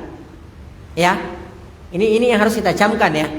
Ya, kalau ini jihad di jalan Allah Subhanahu Wa Taala, ya, seorang pemuda ini meninggalkan orang tuanya dalam keadaan menangis karena ingin berjihad di jalan Allah Subhanahu Wa Taala, karena Allah Subhanahu Wa Taala disuruh balik oleh Rasulullah SAW, Maka bagaimana lagi ketika kita membuat orang tua kita menangis karena hawa nafsu kita, karena kepentingan pribadi kita, ya, karena kedurhakaan kita. Subhanallah. Saya sering membaca berita. Ada anak yang tega membunuh ibunya hanya karena tidak dikasih jajan. Ya. Ada anak yang tega membunuh bapaknya karena tidak dibelikan motor. Ya. Ada anak yang tega, durhaka, memaki-maki ayah dan ibunya karena tidak dibelikan handphone. Ini anak macam apa yang seperti ini? Ya. Anak macam apa yang seperti ini? Anak apa yang akan dia lihat? Kebaikan apa yang akan dia lihat ketika ada anak seperti ini? Ya, orang berjihad saja disuruh balik kok sama Rasulullah SAW. Maka, ya, saya ingatkan diri saya dan kepada antunna semua yang pernah membuat orang tuanya menangis, kembali ke orang tua kita, lalu kemudian buat dia ketawa, buat dia bahagia, sebagaimana dulu kita pernah buat dia menangis. Itu kewajiban kita, ya, sebagaimana yang dituntunkan oleh Rasulullah SAW. Ya, sekali lagi ini jihad di jalan Allah Subhanahu Wa Taala. Maka bagaimana lagi kalau itu sifatnya kita buat orang tua kita menangis karena hawa nafsu kita, karena kepentingan kita, ya. Subhanallah. Sekarang saya juga biasa dengarkan berita-berita bagaimana orang tua itu sampai menangis, sampai sakit gitu, karena melihat anaknya berantem, memperebutkan harta warisan. Subhanallah. Ya. Padahal harta warisan ini tidak dibawa mati. Berapa lama sih kita hidup? 60 tahun, 70 tahun. Setelah itu kita akan meninggal. Kita akan dihisap oleh Allah Subhanahu Wa Taala karena membuat orang tua kita menderita. Ya, dan boleh jadi karena itu kita akan kekal selama-lamanya di neraka jahanam. Wa na'udzubillahi min dzalik. Padahal harta warisan itu juga belum tentu kok membuat kita bahagia. Nah, seperti itu. Ya, taib. Ya, perhatikan. Ya, kemudian Ibnu Mas'ud radhiyallahu taala anhu melanjutkan. Qala, beliau mengatakan, "Fahaditsni bihinna." Fahaditsni bihinna. Ya. Taib. Kemudian Rasulullah sallallahu alaihi wasallam, ya, menerangkan perkara tersebut. Kata beliau, "Walau istazattuhu lazadani." Andai, kata Ibnu Mas'ud, aku bertanya lagi kepada Rasulullah sallallahu alaihi wasallam, maka Rasulullah sallallahu alaihi wasallam pasti akan menyebutkan lagi, ya, akan menyebutkan lagi beberapa perkara yang paling dicintai oleh Allah Subhanahu Wa Taala. Taib. Kemudian kita memasuki hadis yang kedua yang dibawakan oleh Al-Imam Al-Bukhari rahimahullahu taala dalam kitab Al-Adabul Mufrad ini, ya. Haddatsana Adam telah menceritakan kepada kami. Qala, beliau berkata, haddatsana Syu'bah telah menceritakan kepada kami. Qala, beliau berkata, haddatsana Ya'la ibnu Ata telah menceritakan kepada kami an abihi, dari ayahnya, an Abdullah bin Umar, dari Abdullah bin Umar radhiyallahu taala anhuma. Qala, beliau berkata, ridal rabbi fi ridal walid. Ya, kata Ibnu Umar radhiyallahu taala anhuma, dan ini sampai kepada Rasulullah, perkataan ini sampai kepada Rasulullah SAW, marfu, sampai kepada Rasulullah sallallahu alaihi wasallam. Ridha rabbi fi ridal walid. Ya, ridha Rabb kita, ridho Allah Subhanahu Wa Taala itu tergantung kepada ridho kedua orang tua kita. Perhatikan, ya, Rasulullah sallallahu alaihi wasallam menerangkan kepada kita bahwa ridho, yang namanya ridho Allah Subhanahu Wa Taala itu tergantung kepada ridho kedua orang tua. Jadi Rasulullah SAW menjadikan ridho Allah Subhanahu Wa Taala barometernya adalah ridho kedua orang tua kita. Jadi masya Allah. Jadi kalau kita mau membuat Allah Subhanahu Wa Taala ridho kepada kita, maka buatlah ridho orang tua kita. Itu sudah selesai. Ya, makanya saya pernah melihat, ya, ada anak yang masya Allah luar biasa sekali. Dia siap, dia mau melakukan apa aja. Tentu saja yang tidak menyelisihi Allah dan Rasulnya. Dia mau melakukan apa saja untuk orang tuanya. Ya, karena apa? Dia mau mengharap ridho Allah Subhanahu Wa Taala. Karena dia tahu bahwa ketika orang tuanya mengatakan, "Nak, saya ridho kepada engkau wahai anakku," ya, maka dia sudah sangat bahagia. Karena kenapa? Dia tahu bahwa Allah Subhanahu Wa Taala sudah ridho kepada dia. Karena kenapa? Orang tuanya sudah ridho kepada dia. Rasulullah mengatakan, ridho Rabbi fi ridho walid. Ridhonya Allah itu ada pada ridhonya kedua orang tua. Jadi gampang. Kalau mau membuat Allah Subhanahu Wa Taala ridho kepada kita, maka buatlah ridho orang tua kita. Sebaliknya, ya, wasakhatur Rabbi, kemurkaan Allah Subhanahu Wa Taala fi sakhatil walid, ada pada kemurkaannya orang tua. Jadi kalau misalnya kita mau membuat, ya, Allah Subhanahu Wa Taala murka kepada kita, maka buatlah murka kedua orang tua kita. Jadi seperti itu barometernya, ya. Taib. umat sekalian yang semoga dirahmati oleh Allah Subhanahu wa taala. Ada pertanyaan enggak? Nah, sampai jam berapa kita? Sudah ada pertanyaan yang masuk? Ya, kalau belum ada sambil dipersiapkan kita lanjutkan. Ya, kita lanjutkan ke bab yang kedua. Tadi, afwan sebentar.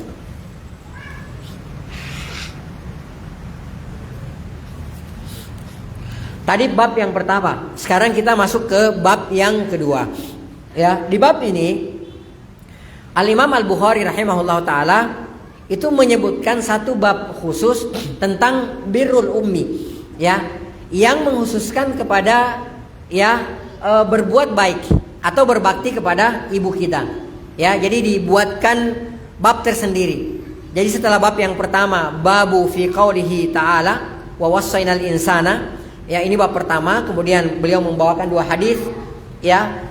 Kemudian di sini di bab yang kedua, ya, Al-Imam Al-Bukhari rahimahullah ta'ala mengkhususkan dengan memberi judul bab dengan birrul ummi. Jadi berbakti atau berbuat baik kepada ibu kita. Jadi dikhususkan berbakti kepada ibu. Taib. Beliau mengatakan rahimahullah ta'ala an Bahzi bin Hakim. Dari Bahzi bin Hakim, an abihi dari ayahnya, an jaddihi radhiyallahu anhum, ya, dari kakeknya. Ya, semoga Allah Subhanahu wa taala meridai mereka semua. Qala, beliau berkata, qultu, aku bertanya kepada Rasulullah sallallahu alaihi wasallam, ya Rasulullah, wahai Rasulullah sallallahu alaihi wasallam, man abarru? Ya, man abarru, kepada siapa seharusnya saya berbakti? Ya, kepada siapa seharusnya saya berbakti? Maka Rasulullah sallallahu alaihi wasallam bersabda, ummak. Ya, yang pertama, hendaklah engkau berbakti kepada ibumu. Ini yang pertama.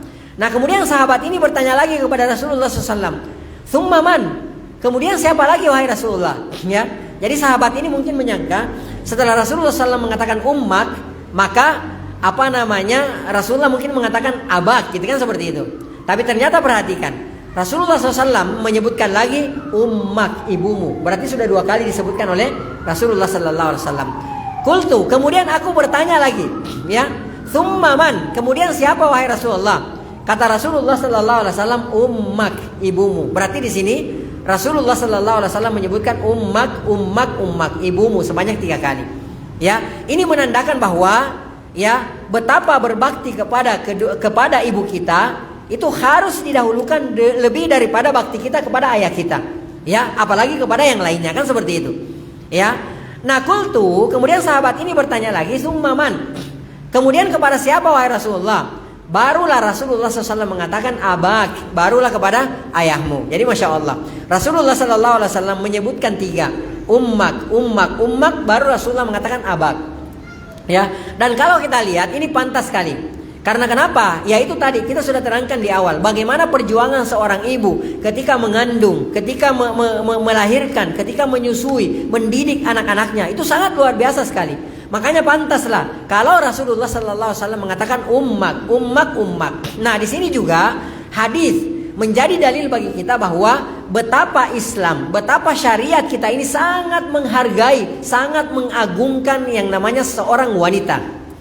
Ya, seorang wanita. Sampai-sampai kepada seorang anak, Rasulullah sallallahu alaihi wasallam mewajibkan kita lebih mendahulukan ibu kita daripada ayah kita.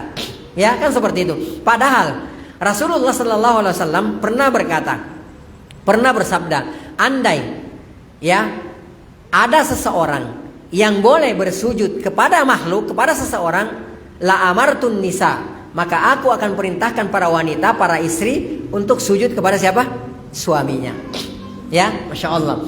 Akan tetapi perhatikan di sini, bagaimana Rasulullah SAW mengagungkan seorang ibu. Maka Rasulullah enggak katakan kepada ayahmu, baru setelah itu ibumu, enggak. Akan tetapi Rasulullah mengatakan kepada engkau berbakti, berbuat baik kepada ibumu, baru kemudian kepada ayahmu.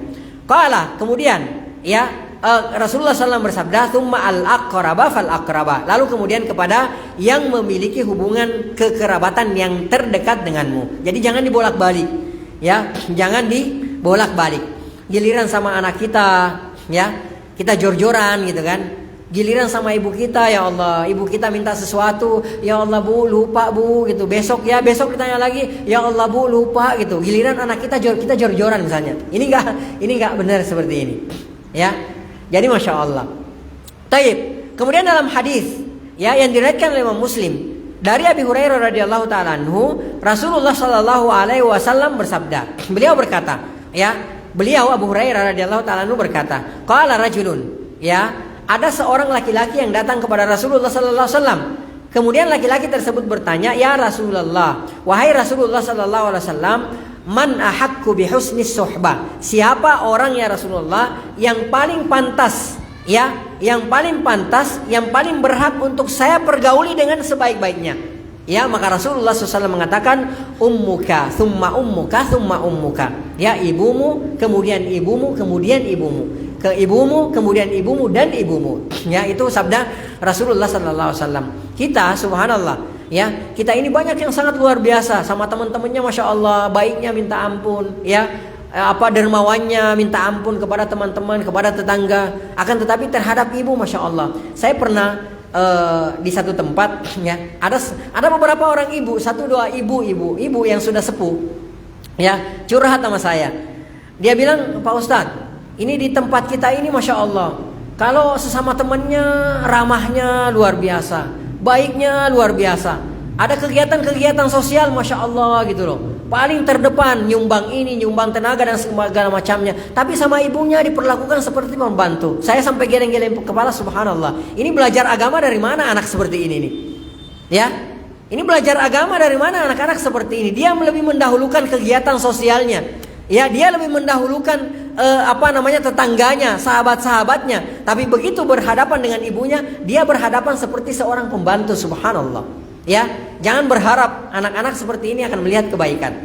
Ya, kemudian Rasulullah baru mengatakan summa abuka. Ya, kemudian terhadap ayahmu, sabda Rasulullah Shallallahu Alaihi Wasallam. Taib. Kemudian hadis yang selanjutnya, ya, kita bacakan satu hadis ini, kemudian kita buka tanya jawab. Qala al-muallif rahimahullah taala, berkata Imam Al-Bukhari rahimahullah taala, ya, Ani bin Abbas radhiyallahu anhuma. Ya, jadi ingat ya, ini masih babu birril ummi, bab berbuat baik, berbakti kepada ibu. Kemudian Ani bin Abbas radhiyallahu taala anhuma. Ya, hadis ini datang dari Ibnu Abbas radhiyallahu taala anhuma, annahu atahu rajulun faqala. Jadi ada seseorang yang datang kepada Ibnu Abbas radhiyallahu taala anhuma, faqala. Kemudian si anak muda ini, orang ini curhat, ya. Curhat kepada Ibnu Abbas radhiyallahu taala anhuma. Orang ini mengatakan, "Inni khatabtu imra'atan." Ya. Wahai Ibnu Abbas, aku pernah aku pernah meminang seorang wanita. Ya, fa'abat an tankihani. Akan tetapi ternyata si wanita ini enggak mau menikah dengan saya. Jadi ditolak. Ya, ditolak. Kalau kata orang sakitnya di sini. Ya, jadi cintanya ditolak gitu loh. Ya, jadi dia ceritakan kepada Ibnu Abbas, curhat kepada Ibnu Abbas, ya. Saya ditolak oleh seorang wanita, saya melamar, saya ditolak, ya. Wa khatabaha ghairi fa habbat an tankihahu. Dan yang lebih menyakitkan lagi, wahai Ibnu Abbas, orang lain meminang dia, ya, ternyata dia memilih orang lain tersebut. Ini kan sakit, ya. Kalau yang pernah ngerasain ini luar biasa, ya. Jadi dia yang melamar ditolak, giliran ada orang lain yang maju, diterima, kan seperti itu. Maka si lelaki ini mengatakan, fagirtu alaiha faqataltuha. Maka aku pun cemburu, aku marah, aku murka, faqataltuha. Aku pun membunuh wanita ini. Jadi subhanallah, ya, itu saking cemburunya, saking sakit hatinya, saking marahnya, akhirnya dia pun membunuh wanita ini, ya. Maka si laki-laki ini mengatakan, fahalli min taubah. Wahai Ibnu Abbas, kira-kira masih ada enggak taubat buat saya? Ya, kira-kira Allah Subhanahu wa taala masih mau enggak menerima taubat saya? Maka apa yang dilakukan, apa yang dikatakan oleh Ibnu Abbas radhiyallahu taala anhuma, ya, apakah beliau mengatakan, wah kamu dan lain begini enggak? Apa yang dikatakan oleh Ibnu Abbas, dan seolah-olah, ya, pertanyaan Ibnu Abbas kepada laki-laki ini, ya, seolah-olah pertanyaannya tidak ada hubungannya. Perhatikan, Ibnu Abbas bertanya, a ummuka hayyatun, ya. Beliau bertanya, apakah ibumu masih hidup? Ya. Kalau kita, apa coba pertanyaannya? Nanya barat kok jawabnya timur gitu. Nanya ini kok jawabnya itu gitu, benar nggak? Ya Ibnu Abbas, saya begini, saya masih ada taubat nggak sih gitu loh. Terus apa kata Ibnu Abbas? Apakah ibumu masih hidup?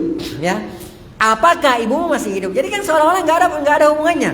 Qala, si laki-laki ini mengatakan la, ya, enggak, sudah meninggal dunia. Ya, tub ilallahi azza wa jalla. Kemudian akhirnya apa kata Ibnu Abbas radhiyallahu taala anhuma? Kalau begitu engkau bertobat kepada Allah Subhanahu wa taala dengan sebenar-benarnya taubat, wa taqarrab ilaihi mastata'ta. Lalu kemudian engkau bertakarrub, engkau melakukan wasilah-wasilah, perbuatan-perbuatan baik, amalan-amalan baik yang mana ya amalan-amalan baik tersebut engkau pergunakan untuk bertakarrub kepada Allah Subhanahu wa taala. Barakallahu.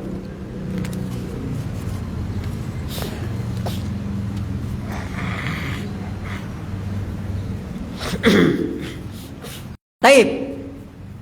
Jadi petunjuknya Ibnu Abbas radhiyallahu taala anhuma, ya, setelah mengetahui bahwa ibunya sudah meninggal dunia, beliau mengatakan kalau begitu engkau bertaubat kepada Allah Subhanahu wa taala dengan taubatan nasuha, ya, dan engkau banyak melakukan amalan-amalan soleh dalam rangka untuk bertakarrub kepada Allah Subhanahu wa taala, ya, untuk mengganti perbuatanmu di masa lalu, ya. Karena Rasulullah sallallahu alaihi wasallam bersabda, ya, wa'at bi'is-sayyi'atal hasanah tamhuha. Ya, wa'at bi'is-sayyi'ah. Ikutkan perbuatan buruk itu dengan apa? Tutupi perbuatan buruk itu dengan perbuatan baik, tamhuha. Niscaya perbuatan baik tersebut akan menutupi perbuatan buruk tersebut. Jadi itu yang kita lakukan. Jadi kalau kita sudah melakukan satu kesalahan, satu dosa, satu maksiat, maka segera tutupi kesalahan tersebut dengan perbuatan baik.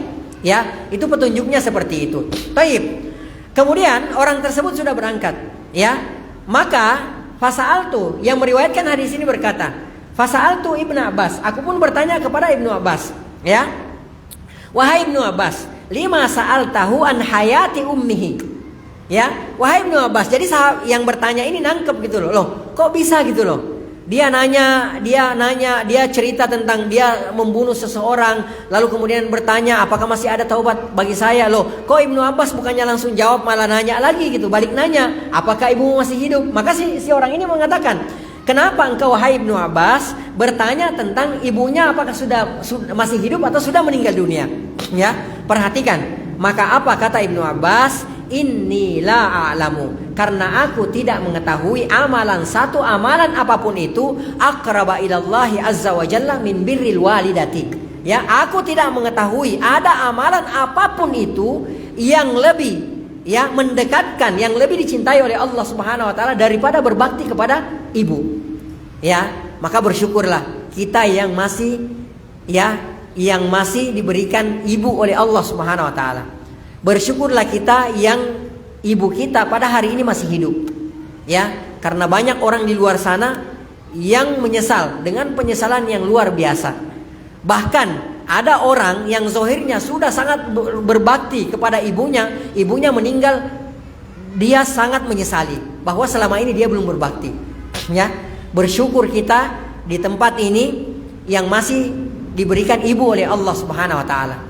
Karena kenapa? Kata Ibnu Abbas, saya tidak mengetahui ada amalan yang paling dicintai oleh Allah Subhanahu wa taala daripada berbakti, berbuat baik kepada ibu.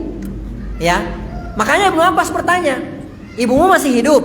Ya, enggak. Ya, kalau orang pemuda ini mengatakan, "Ibu saya masih hidup," sudah selesai jawabannya. Kamu balik berbakti sama ibu kamu. Ya, berbuat baik dengan sebaik-baiknya kepada ibu kamu. Itu caranya biar Allah mengampuni kamu. Kan seperti itu. Ya.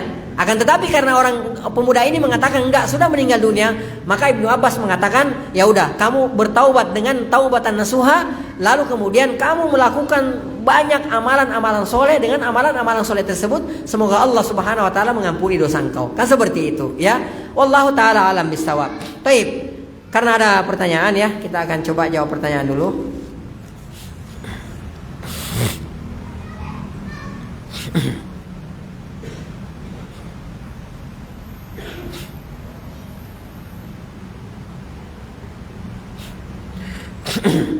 Taib.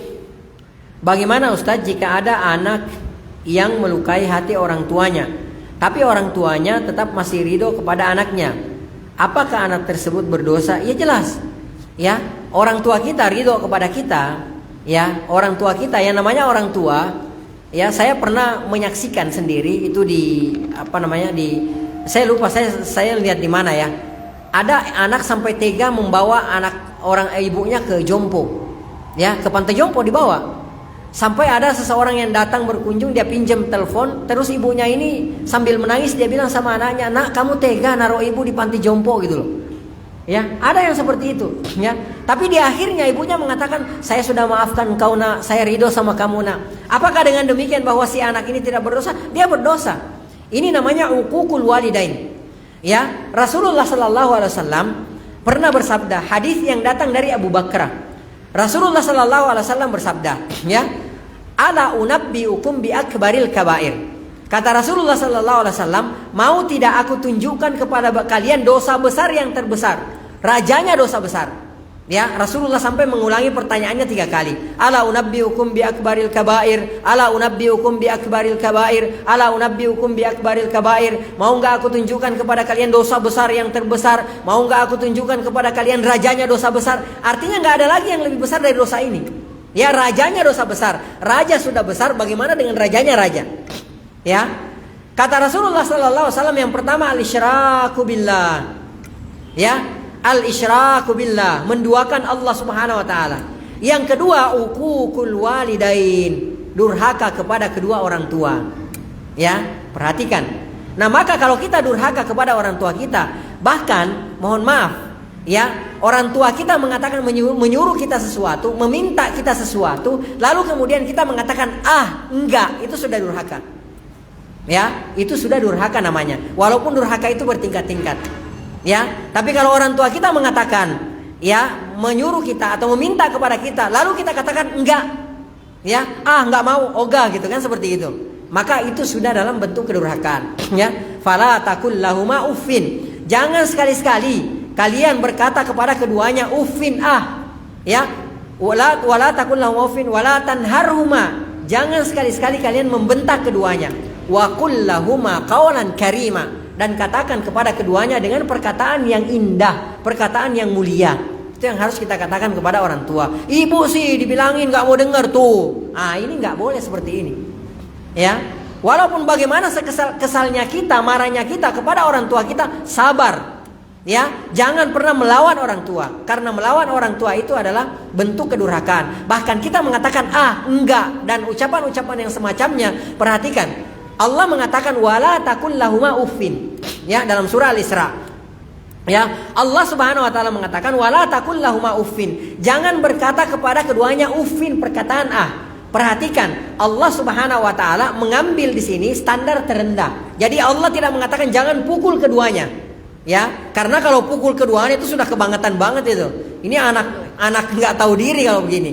Ya, Allah katakan jangan berkata kepada keduanya uffin. Ya, seolah-olah Allah Subhanahu wa taala mengatakan kalau berkata saja saya nggak bolehkan, maka bagaimana lagi di atas Kan gitu. Ya. Nah, maka anak yang seperti ini durhaka. Ya, walaupun orang tuanya ridho kepada dia. Ya, maka caranya dia harus meminta maaf kepada kedua orang tuanya. Ya. Yang pertama, dia harus meminta maaf kepada kedua orang tuanya, ya, atas perbuatan kedurhakaan yang sudah dia lakukan di masa lalu. Dan kalau dia sudah meminta maaf kepada kedua orang tuanya, dia bertaubat kepada Allah Subhanahu wa taala dengan taubatan nasuha. Kalau sudah demikian, Rasulullah sallallahu alaihi wasallam bersabda, "At-taibu minadz-dzambi kaman la dzambalahu." Orang yang bertaubat dari dosanya masa lalu, termasuk dosa kepada kedua orang tuanya, meminta ridho kepada orang tua, meminta maaf kepada orang tua, bertaubat kepada Allah Subhanahu wa taala, maka seolah-olah tidak ada lagi dosanya. Dan konsekuensi dari dosa tersebut juga semoga dihilangkan oleh Allah Subhanahu wa taala. Allah Subhanahu wa taala berfirman di Al-Qur'an di akhir surah Al-Furqan. Setelah Allah Subhanahu wa taala menyebutkan dosa-dosa besar, di antaranya membunuh, di antaranya berzina dan lain sebagainya, kemudian Allah Subhanahu wa taala mengatakan illa man taba, kecuali bagi orang-orang yang bertaubat, wa amana, dia beriman, wa amila amalan sholiha, dia melakukan amalan-amalan soleh, faulaika, maka mereka itulah kata Allah yubaddilullah, Allah akan gantikan bagi mereka sayyiatihim, keburukan-keburukan mereka, hasanat, dengan kebaikan-kebaikan. Jadi wallahu taala alam bisawab, dia tetap berdosa, ya, walaupun orang tuanya ridho, ya kecuali kalau misalnya dia sudah mau meminta maaf kepada orang tuanya dan bertaubat dengan taubatan nasuha atas dosa-dosanya, dengan atas perbuatannya tersebut. Wallahu taala alam shawab.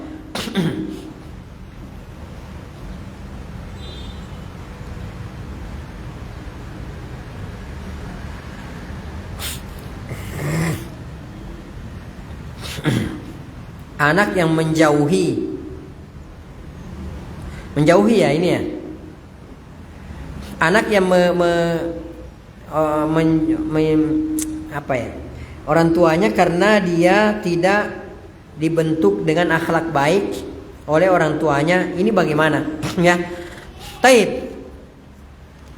Ya, di antara di antara yang dimintai pertanggungjawaban oleh Allah Subhanahu wa taala kelak adalah orang tua yang tidak mendidik anaknya dengan pendidikan yang baik. Ya. Dalam Al-Qur'an surah At-Tahrim ayat 5 kalau tidak salah, Allah Subhanahu wa taala berfirman, "Ku anfusakum", jaga diri kalian. Ya, ku anfusakum wa ahlikum, dan keluarga kalian. Ya, keluarga di sini ya bagi seorang suami adalah istri dan anaknya, ya bagi seorang istri tentu anaknya juga, kan seperti itu. Ya. Wa ahlikum, dan keluarga kalian nara dari api neraka.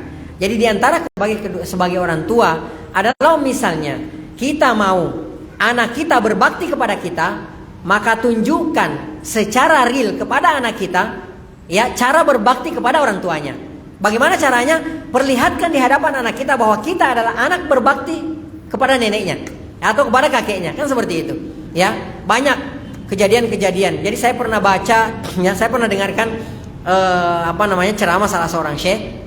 Ya, ini karena buruknya menantunya gitu kan, sampai dia bisa pengaruhi suaminya. Akhirnya orang tuanya, ibunya kalau tidak salah, dia taruh di belakang tersendiri di belakang. Tuh di situ kotor apalah segala macam, makan sendiri gitu kan. Diantar makanan sendiri, nggak dibolehkan gabung makan sama mereka, itu saking durhakanya. Ini terekam ini di anak ini. Ingat ya. Ya, apa yang menyakitkan, sesuatu yang kasar, yang buruk yang dihadapi oleh anak itu akan terekam sini. Ya, dan itu nggak bakal dia lupakan. Ini di memorinya itu terus itu. Ya, ini dia lihat, dia perhatikan, oh begini cara ibu saya, bapak saya memperlakukan orang tua ya, gitu. Sampai akhirnya meninggal itu orang tuanya. Ya, meninggal orang tuanya, datanglah mereka di belakang gitu. Barulah menyesal ya anaknya dan menantunya gitu kan, seperti itu. Kemudian si anak ini langsung mengambil piring-piring kotor tersebut. Kemudian si anak ini ditanya sama orang tuanya, mau ngapain tuh piring-piring? Kata dia, enggak, ini saya mau taruh nanti buat ngasih makan bapak sama ibu kayak nenek saya gitu loh, seperti itu. Ya. Jadi ya ada pepatah mengatakan, orang Arab mengatakan, ya, kama tadinu tudan. Sebagaimana kalian memperlakukan tudan, seperti itulah kalian akan diperlakukan. Ya. Jadi sebagaimana hari ini kita bermuamalah kepada kedua orang tua kita, maka demikianlah anak kita akan memperlakukan kita nanti kalau kita sudah tua. Ini rumus. Ya, kita nggak mengenal hukum karma. Tapi ada kaidahnya dalam agama kita, ya, al jaza min jinsil amal.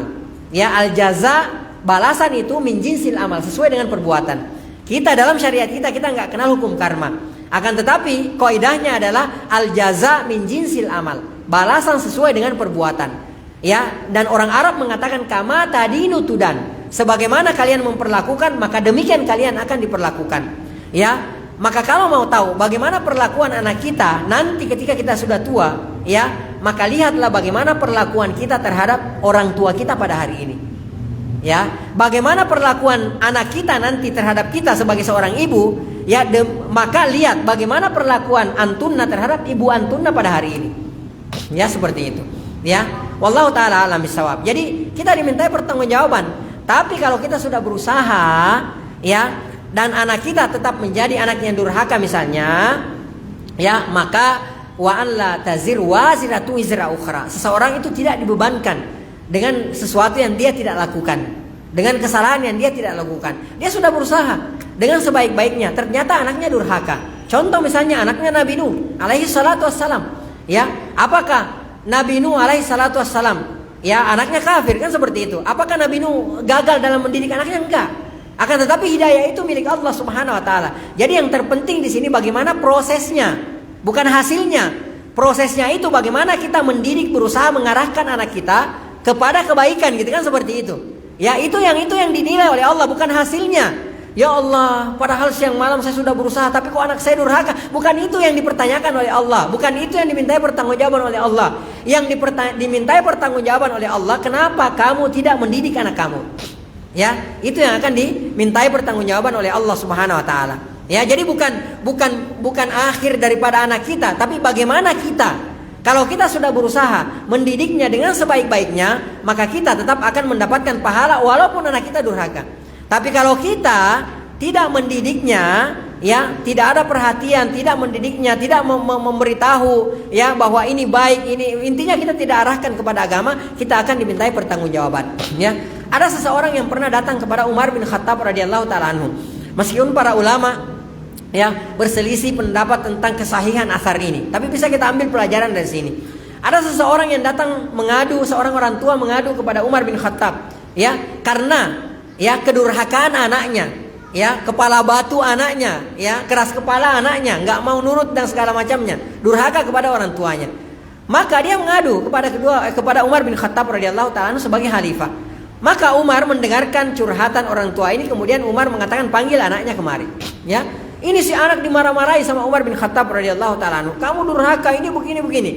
Ya, kata anak ini, wahai Amirul Mukminin, boleh nggak saya bicara? Ya, kata Amirul Mukminin, silakan. Ya, anak ini berkata, wahai Amirul Mukminin, saya mau bertanya, apa kewajiban orang tua terhadap anaknya? Ya, maka Umar bin Khattab radhiyallahu taala mengatakan bahwa kewajiban orang tua terhadap anaknya adalah mencarikan calon ibu yang baik, kemudian mendidiknya dengan Islam dengan baik, kemudian memberinya nama, kemudian mendidiknya dengan sebaik-baiknya. Kata anak ini, ketahuilah ya Amirul Mukminin, ketiga yang engkau sebutkan ini tidak saya dapati pada orang tua saya. Ayah saya menikahi seorang majusi, bukan orang Islam, dan buruk. Ini ibu saya buruk. Yang kedua, ya, ini orang tua saya, bapak saya wahai Umar, memberikan nama kepada saya dengan nama yang buruk. Ya, kalau tidak salah namanya Ju'la apa siapa, saya lupa. Yang mana nama tersebut artinya adalah kumbang yang suka nyemplung di kotoran hewan itu. Kan ada tuh kumbang tuh suka nyemplung. Nah, nama saya itu wahai Amirul Mukminin. Kemudian dia tidak mendidik saya dengan baik. Maka kata Umar bin Khattab radhiyallahu taala anhu kepada bapak ini, "Enyahlah, pergilah kamu, karena sesungguhnya engkau durhaka kepada anak kamu sebelum anak kamu yang durhaka kepada engkau." Ya, wallahu taala alam bisawab. Jadi kita tidak kita tidak dimintai pertanggungjawaban oleh Allah Subhanahu wa taala karena kedurhakaan anak kita. Ya, bukan hasilnya yang dimintai pertanggungjawaban, akan tetapi proses nanti yang akan dimintai pertanggungjawaban oleh Allah Subhanahu wa taala. Kalau kita didik dengan sebaik-baiknya, maka ya kita sudah berlepas. Akan tetapi kalau kita tidak mendidiknya, itu yang akan dimintai pertanggungjawaban oleh Allah Subhanahu wa taala. Allah taala alam bisawab.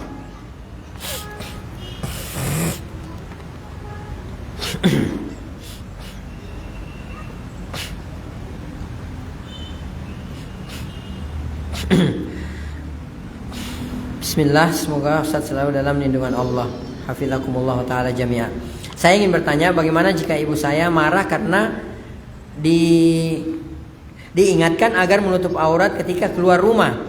Apakah saya harus membiarkan saja karena jika diingatkan selalu marah? Ya, padahal sudah diingatkan secara perlahan dan dengan kata-kata lembut. Taib. Wallahu taala alam bisawab. Tugas kita hanya mengingatkan. Ya, tugas kita hanya memberitahukan. Nah, yang pertama, kita harus terus mengingatkan dengan perkataan yang baik, dengan hikmah. Ya, bil hikmah wal mau'izatil hasanah, dengan hikmah, dengan penuh hikmah dan nasihat yang baik. Ya, pilih kata-kata yang terbaik yang pernah kita ucapkan. Ya, cari kata-kata yang terbaik yang pernah kita ucapkan. Ucapkan dengan lembut. Kalau bisa, lihat momennya. Ya, lihat kapan suasana hati ibu kita bahagia. Ya, atau kalau kita misalnya punya rezeki, bawakan hadiah. Di saat memberikan hadiah, baru kita kasih tahukan itu.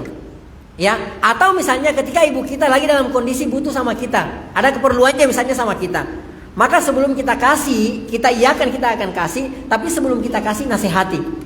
Ya, karena di saat orang berbuat baik pada kita, itu akan gampang masuk nasihat padanya. Kadang-kadang, ya, ada seseorang yang tidak mempan dengan 1000 fatwa ulama, akan tetapi dia lulu dengan semangkok bakso. Ya, benar nggak? Ya, benar nggak? Nah itu hidayah, kita nggak tahu lewat mana, kita nggak tahu. Ya, seperti itu. Nah, pilih kata-kata yang terbaik, pilih momen yang terbaik. Ya, nah kasih tahu, dan jangan bosan, jangan pernah bosan. Kalau ibu kita marah gara-gara itu, bukan itu yang dimaksudkan durhaka, enggak. Ya, malah kalau kita diamkan, kita durhaka, karena kita membiarkan ibu kita, ya, mau menjerumuskan ibu kita ke neraka jahanam. Na'udzubillahi min dzalik. Ya, maka caranya tetap kasih tahukan dengan perkataan yang terbaik. Ya, kalau misalnya ibu kita marah, biarkan dia marah, tapi dekati lagi, kasih tahu lagi. Dan petunjuknya, walaupun ibu kita misalnya melakukan maksiat, ya, melakukan kedurhakaan, bahkan sampai misalnya orang tua kita adalah seorang yang syirik, mensyirikatkan Allah. Misalnya contoh, orang tua kita adalah orang kafir, Allah Subhanahu wa taala katakan dalam Al-Qur'an surah Luqman, wa in jahadaka ala an tusyrika bima laisa laka bihi ilm. Kalau orang tuamu mengajak engkau untuk mensyirikatkan Allah, untuk mendurhakai Allah, memaksiati Allah, fala tuti'huma. Dalam perkara ini jangan ditaati. Akan tetapi tidak cukup sampai di situ, Allah katakan wa sahibuhuma fid dunya ma'rufa. Pergauli, ya, bermuamalah kepada orang tuamu, tetap bermuamalah dengan sebaik-baiknya. Ya, jadi itu petunjuknya. Ya, jadi pilih kata-kata yang terbaik, pilih momen yang terbaik, yaitu tadi. Kita kadang-kadang gini nih, ya, kita hanya mau nasihati ibu kita, ya, tapi ibu kita tahu, ini anak saya pelit, gitu kan. Saya pernah dapat cerita, ada seorang anak, ada saudara kita cerita, ada seorang anak, ya, anak ini paham agama, tapi dia nggak pernah mau ceramai orang tuanya, ya, nggak pernah mau ngomong apapun di depan orang tuanya, kecuali kalau orang tuanya nanya, ya. Tapi si anak ini berusaha berbuat baik kepada kedua orang tuanya. Ya, apa yang orang tuanya mau dikasih, gitu kan, apa segala macam, dibelikan mobil, bahkan sampai dihajikan, gitu kan, seperti itu. Ya, dan si anak nggak pernah ceramai orang tuanya, kecuali kalau dia nanya. Ya, ternyata di belakang hari orang tuanya ini, masya Allah, kenal sunnah, mengamalkan sunnah. Ya, bukan dengan ini, tapi dengan akhlaknya, dengan perbuatannya. Ya, seperti itu. Kita kadang-kadang lucu. Ya, kita nasihati orang tua kita, kita marahi orang tua kita, tapi nggak pernah membahagiakan hati orang tua kita. Orang tua kita tahu dalam hati, anti, ya, minta jengkol aja nggak dibeliin, kok udah 10 hari nggak dibeliin, mau pakai nasihatin lagi. Ya, coba pakai cara ini, minta sama Allah Subhanahu Wa Taala, mohon sama Allah Subhanahu Wa Taala, semoga orang tua kita diberikan hidayah. Allah Taala alam bisawab. Jadi kalau dalam menasihati sudah berusaha sebaik-baiknya, ya, akan tetapi orang tua kita marah, udah nggak ada masalah, bukan durhaka namanya itu, ya, bukan durhaka. Taib. Karena yang namanya hidayah itu, kata Allah Subhanahu Wa Taala kepada Rasulullah, wa inna ma alaikal balak. Ya, wahai Muhammad, tugas kamu hanya menyampaikan saja. Jadi bukan maksa orang, ya, suruh orang pakai hijab terus, lo kok nggak pakai hijab dikemplang, bukan. Tugas kita hanya menyampaikan, sampaikan. Wajib dosa kalau nggak pakai hijab, kan seperti itu. Nggak boleh keluar rumah harus pakai hijab, harus nggak boleh memperlihatkan aurat, gitu kan. Udah selesai, ya. Nah, tugas kita sampai di situ. Memaksa nggak boleh, ya, karena kenapa? Kata Allah Subhanahu Wa Taala, innaka la tahdi man ahbabta. Wahai Muhammad, engkau itu nggak bisa memberikan petunjuk kepada orang yang engkau cintai. Walakinnallah, akan tetapi Allah Subhanahu Wa Taala yahdi man yasha. Allah yang memberikan petunjuk kepada siapa yang kehendaki, yang dicintai oleh Allah Subhanahu Wa Taala. Jadi tugas kita hanya menyampaikan saja dengan uslub, dengan cara yang terbaik, ya. Dan kalau misalnya dalam proses penyampaian tersebut kita sudah berusaha dengan sebaiknya, akan tetapi tidak diterima dan orang tua kita marah, maka Allah Taala alam bisawab, ini bukan termasuk kedurhakaan, ya.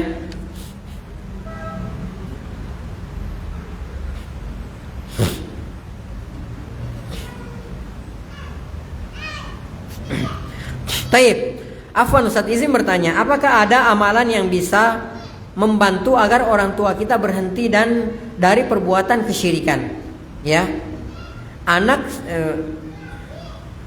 selain sudah didoakan menurut Al-Quran. Taib, ya, tugas kita itu tadi, sebagaimana yang sudah kita sampaikan.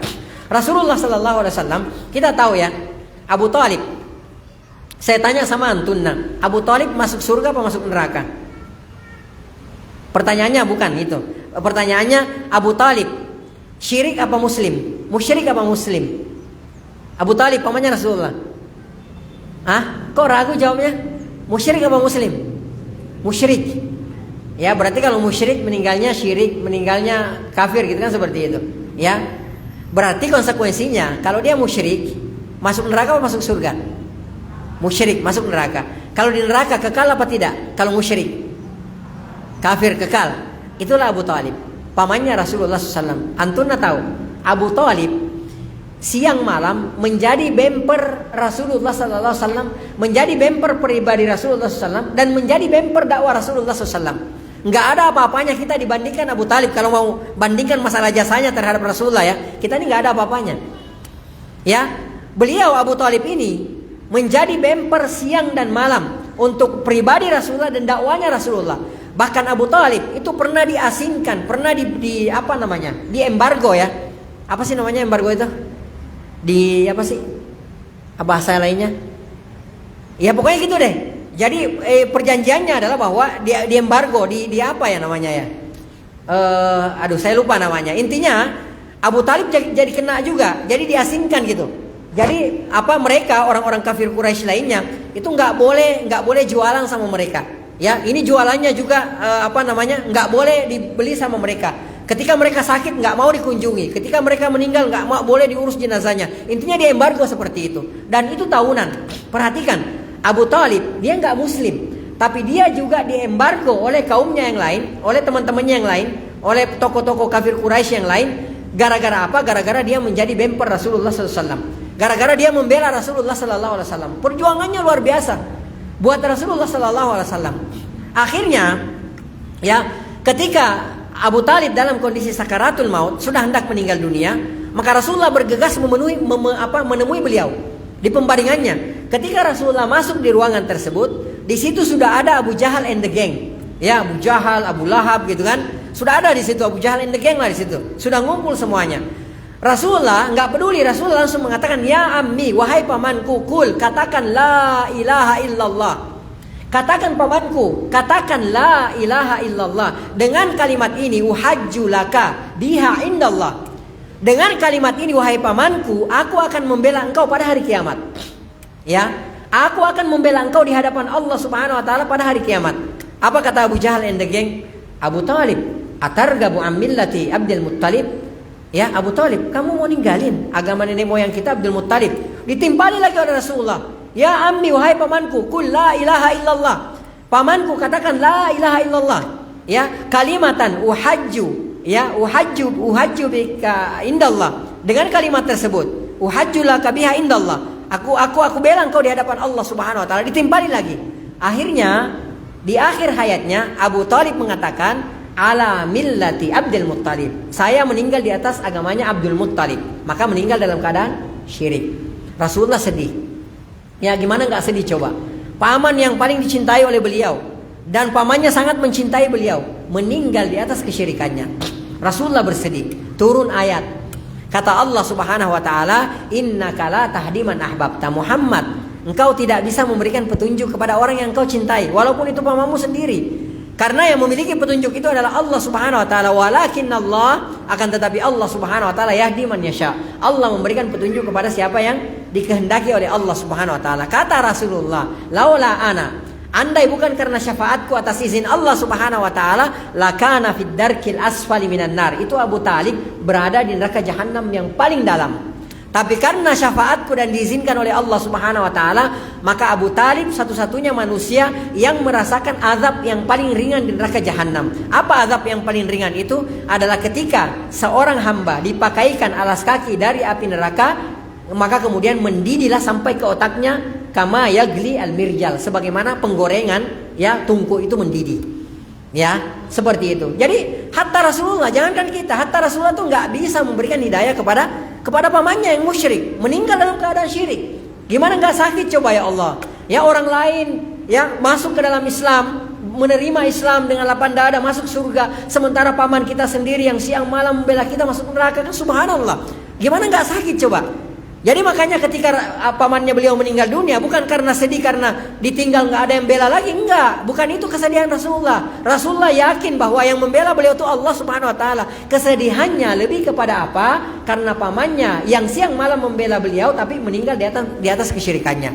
Ini Rasulullah. Maka bagaimana lagi dengan orang selain Rasulullah? Maka kewajiban kita ya, yang pertama adalah menasihati, ya. Sebutkan, nasihati dengan berbagai macam cara. Apakah dengan memberikan buku, ya, naruh buku, orang tua kita iseng-iseng buka yang masalah kesyirikan, bahayanya syirik, ya, tentang urgensinya tauhid, ya, atau kaset-kaset atau apalah dan segala macamnya. Atau misalnya kita belagak dengarkan ceramah tentang bahaya kesyirikan di dekat orang tua kita, jadi seolah-olah kita yang dengarkan.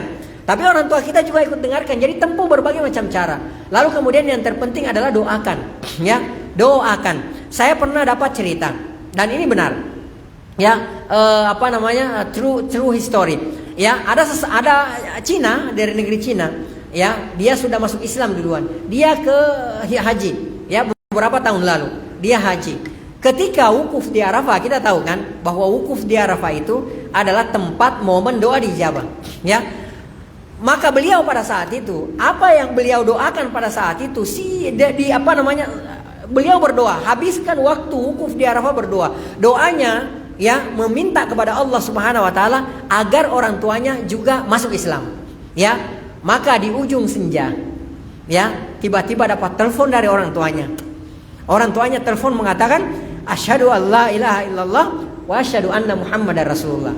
Ya, jadi jangan pernah berhenti untuk berdoa. Abu Hurairah radhiyallahu taala anha, ya, Abi Hurairah radhiyallahu taala anha, bagaimana beliau terus mendoakan orang tuanya, ibunya, akhirnya ibunya pun masuk ke dalam Islam. Bahkan meminta kepada Rasulullah SAW agar mendoakan ibunya untuk masuk ke dalam Islam. Akhirnya ibunya Abu Hurairah radhiyallahu taala anhu masuk Islam. Ya, seperti itu. Jadi terus doakan ibu kita, ya, terus doakan orang tua kita agar supaya bisa meninggalkan perbuatan kesyirikannya tersebut. Wallahu taala a'lam bissawab.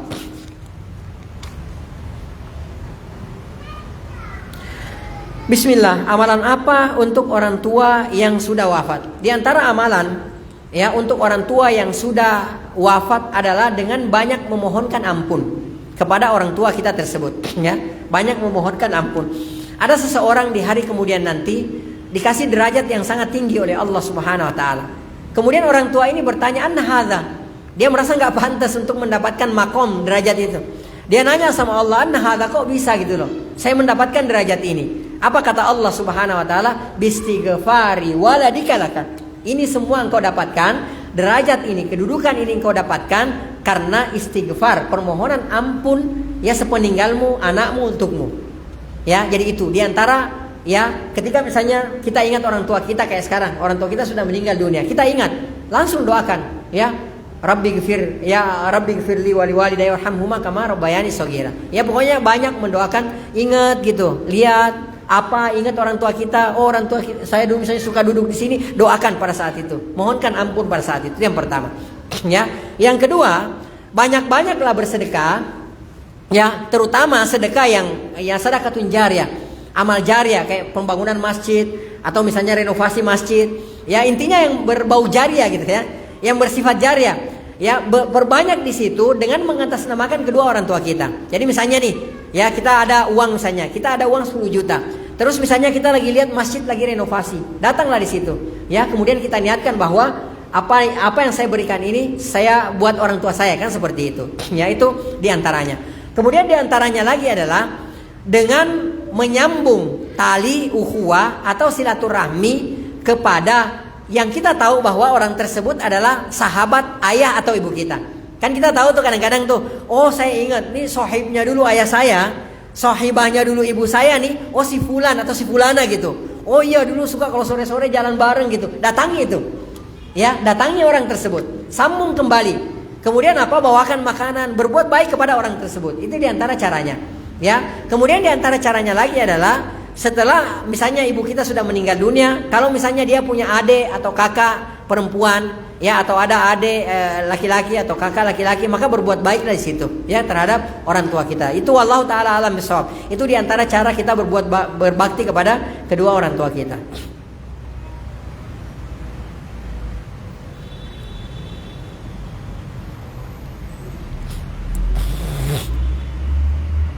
Taib, assalamualaikum. Ustadz, bagaimana kami yang sudah menikah untuk berbakti pada orang, maksudnya pada orang tua, ya? Mana yang kami dahulukan antara mertua dan orang tua sendiri? Kalau bertanya mana yang saya dahulukan antara mertua dan orang tua sendiri, ya jelas orang tua sendiri. Karena kita tidak ada kewajiban berbakti kepada mertua kita. Ya, nggak ada kewajiban kita berbakti kepada kedua mertua kita atau salah seorang mertua kita. Tapi kalau ibu kita wajib berbakti kepada ibu kita atau kepada ayah kita atau kepada keduanya. Tapi kalau bertanya mana yang paling duluan saya harus taati antara suami saya dan ibu saya atau bapak saya, maka jawabannya tentu suami. Ya, maka jawabannya adalah siapa? Suami. Kecuali kalau misalnya suami kita memerintahkan kepada perbuatan memaksiati Allah Subhanahu wa taala, maka kembali lagi kepada kaidah la ta'ata li makhluqin fi ma'siyatil khaliq. Tidak boleh taat kepada makhluk siapapun itu, hatta kepada suami, dalam hal memaksiati Allah Subhanahu wa taala. Innamat ta'atu fil ma'ruf. Ya, ketaatan itu hanya kepada yang ma'ruf saja. Jadi kalau misalnya bertanya mana yang kita dahulukan, orang tua sendiri atau mertua, maka dahulukan orang tua. Tapi kalau misalnya mana yang dahulukan antara suami dan orang tua, maka jawabannya dahulukan suami. Karena kata Rasulullah sallallahu alaihi wasallam, ya huwa naruki wa jannatuki. Suami kamu itu adalah pintu surgamu atau pintu nerakamu. Kan seperti itu. Wallahu taala alam bisawab. Dan kata Rasulullah sallallahu alaihi wasallam, andai seseorang boleh bersujud kepada makhluk, maka aku perintahkan seorang istri sujud kepada suaminya. Rasulullah nggak katakan maka aku perintahkan orang untuk sujud kepadaku, ya. Atau Rasulullah nggak katakan maka aku perintahkan rakyat sujud kepada pemimpinnya, enggak. Tapi Rasulullah katakan aku perintahkan kepada seorang wanita untuk sujud kepada suaminya. Andai dibolehkan sujud kepada makhluk. Rasulullah Sallallahu Alaihi Wasallam juga pernah memberikan isyarat kepada kita. Andai contoh, misalnya ada di antara para istri yang mendapati suaminya dalam keadaan ya borok yang bernanah-nanah, lalu kemudian dia menjilat ya borok yang bernanah-nanah tersebut, maka itu belum mencukupi baktinya kepada suaminya. Wallahu taala alam bisawab. Baik, ini saja dulu ya, karena pertanyaan juga sudah habis. Kita akan lanjutkan pada pertemuan berikutnya. Mohon maaf jika ada yang salah atau ada yang keliru. Yang salah dan yang keliru itu murni dari saya pribadi, dari syaitan dan dari lemahnya ilmu. Sementara yang benar itu semua datangnya dari Allah Subhanahu wa taala. Apa yang salah, apa yang keliru dari penyampaian saya tadi, Allah dan Rasulnya berlepas diri dari penyampaian tersebut. Naktafi bihadzal qadar wa nakhtatim bi subhanakallahumma wa bihamdik nasyhadu an la ilaha illa anta nastaghfiruka wa natubu ilaik. Hadani Allah wa iyyakum wa sallallahu ala nabiyyina Muhammad wa ala alihi wa sahbihi ajmain. Wa akhiru da'wana alhamdulillahi rabbil alamin. Assalamualaikum warahmatullahi wabarakatuh.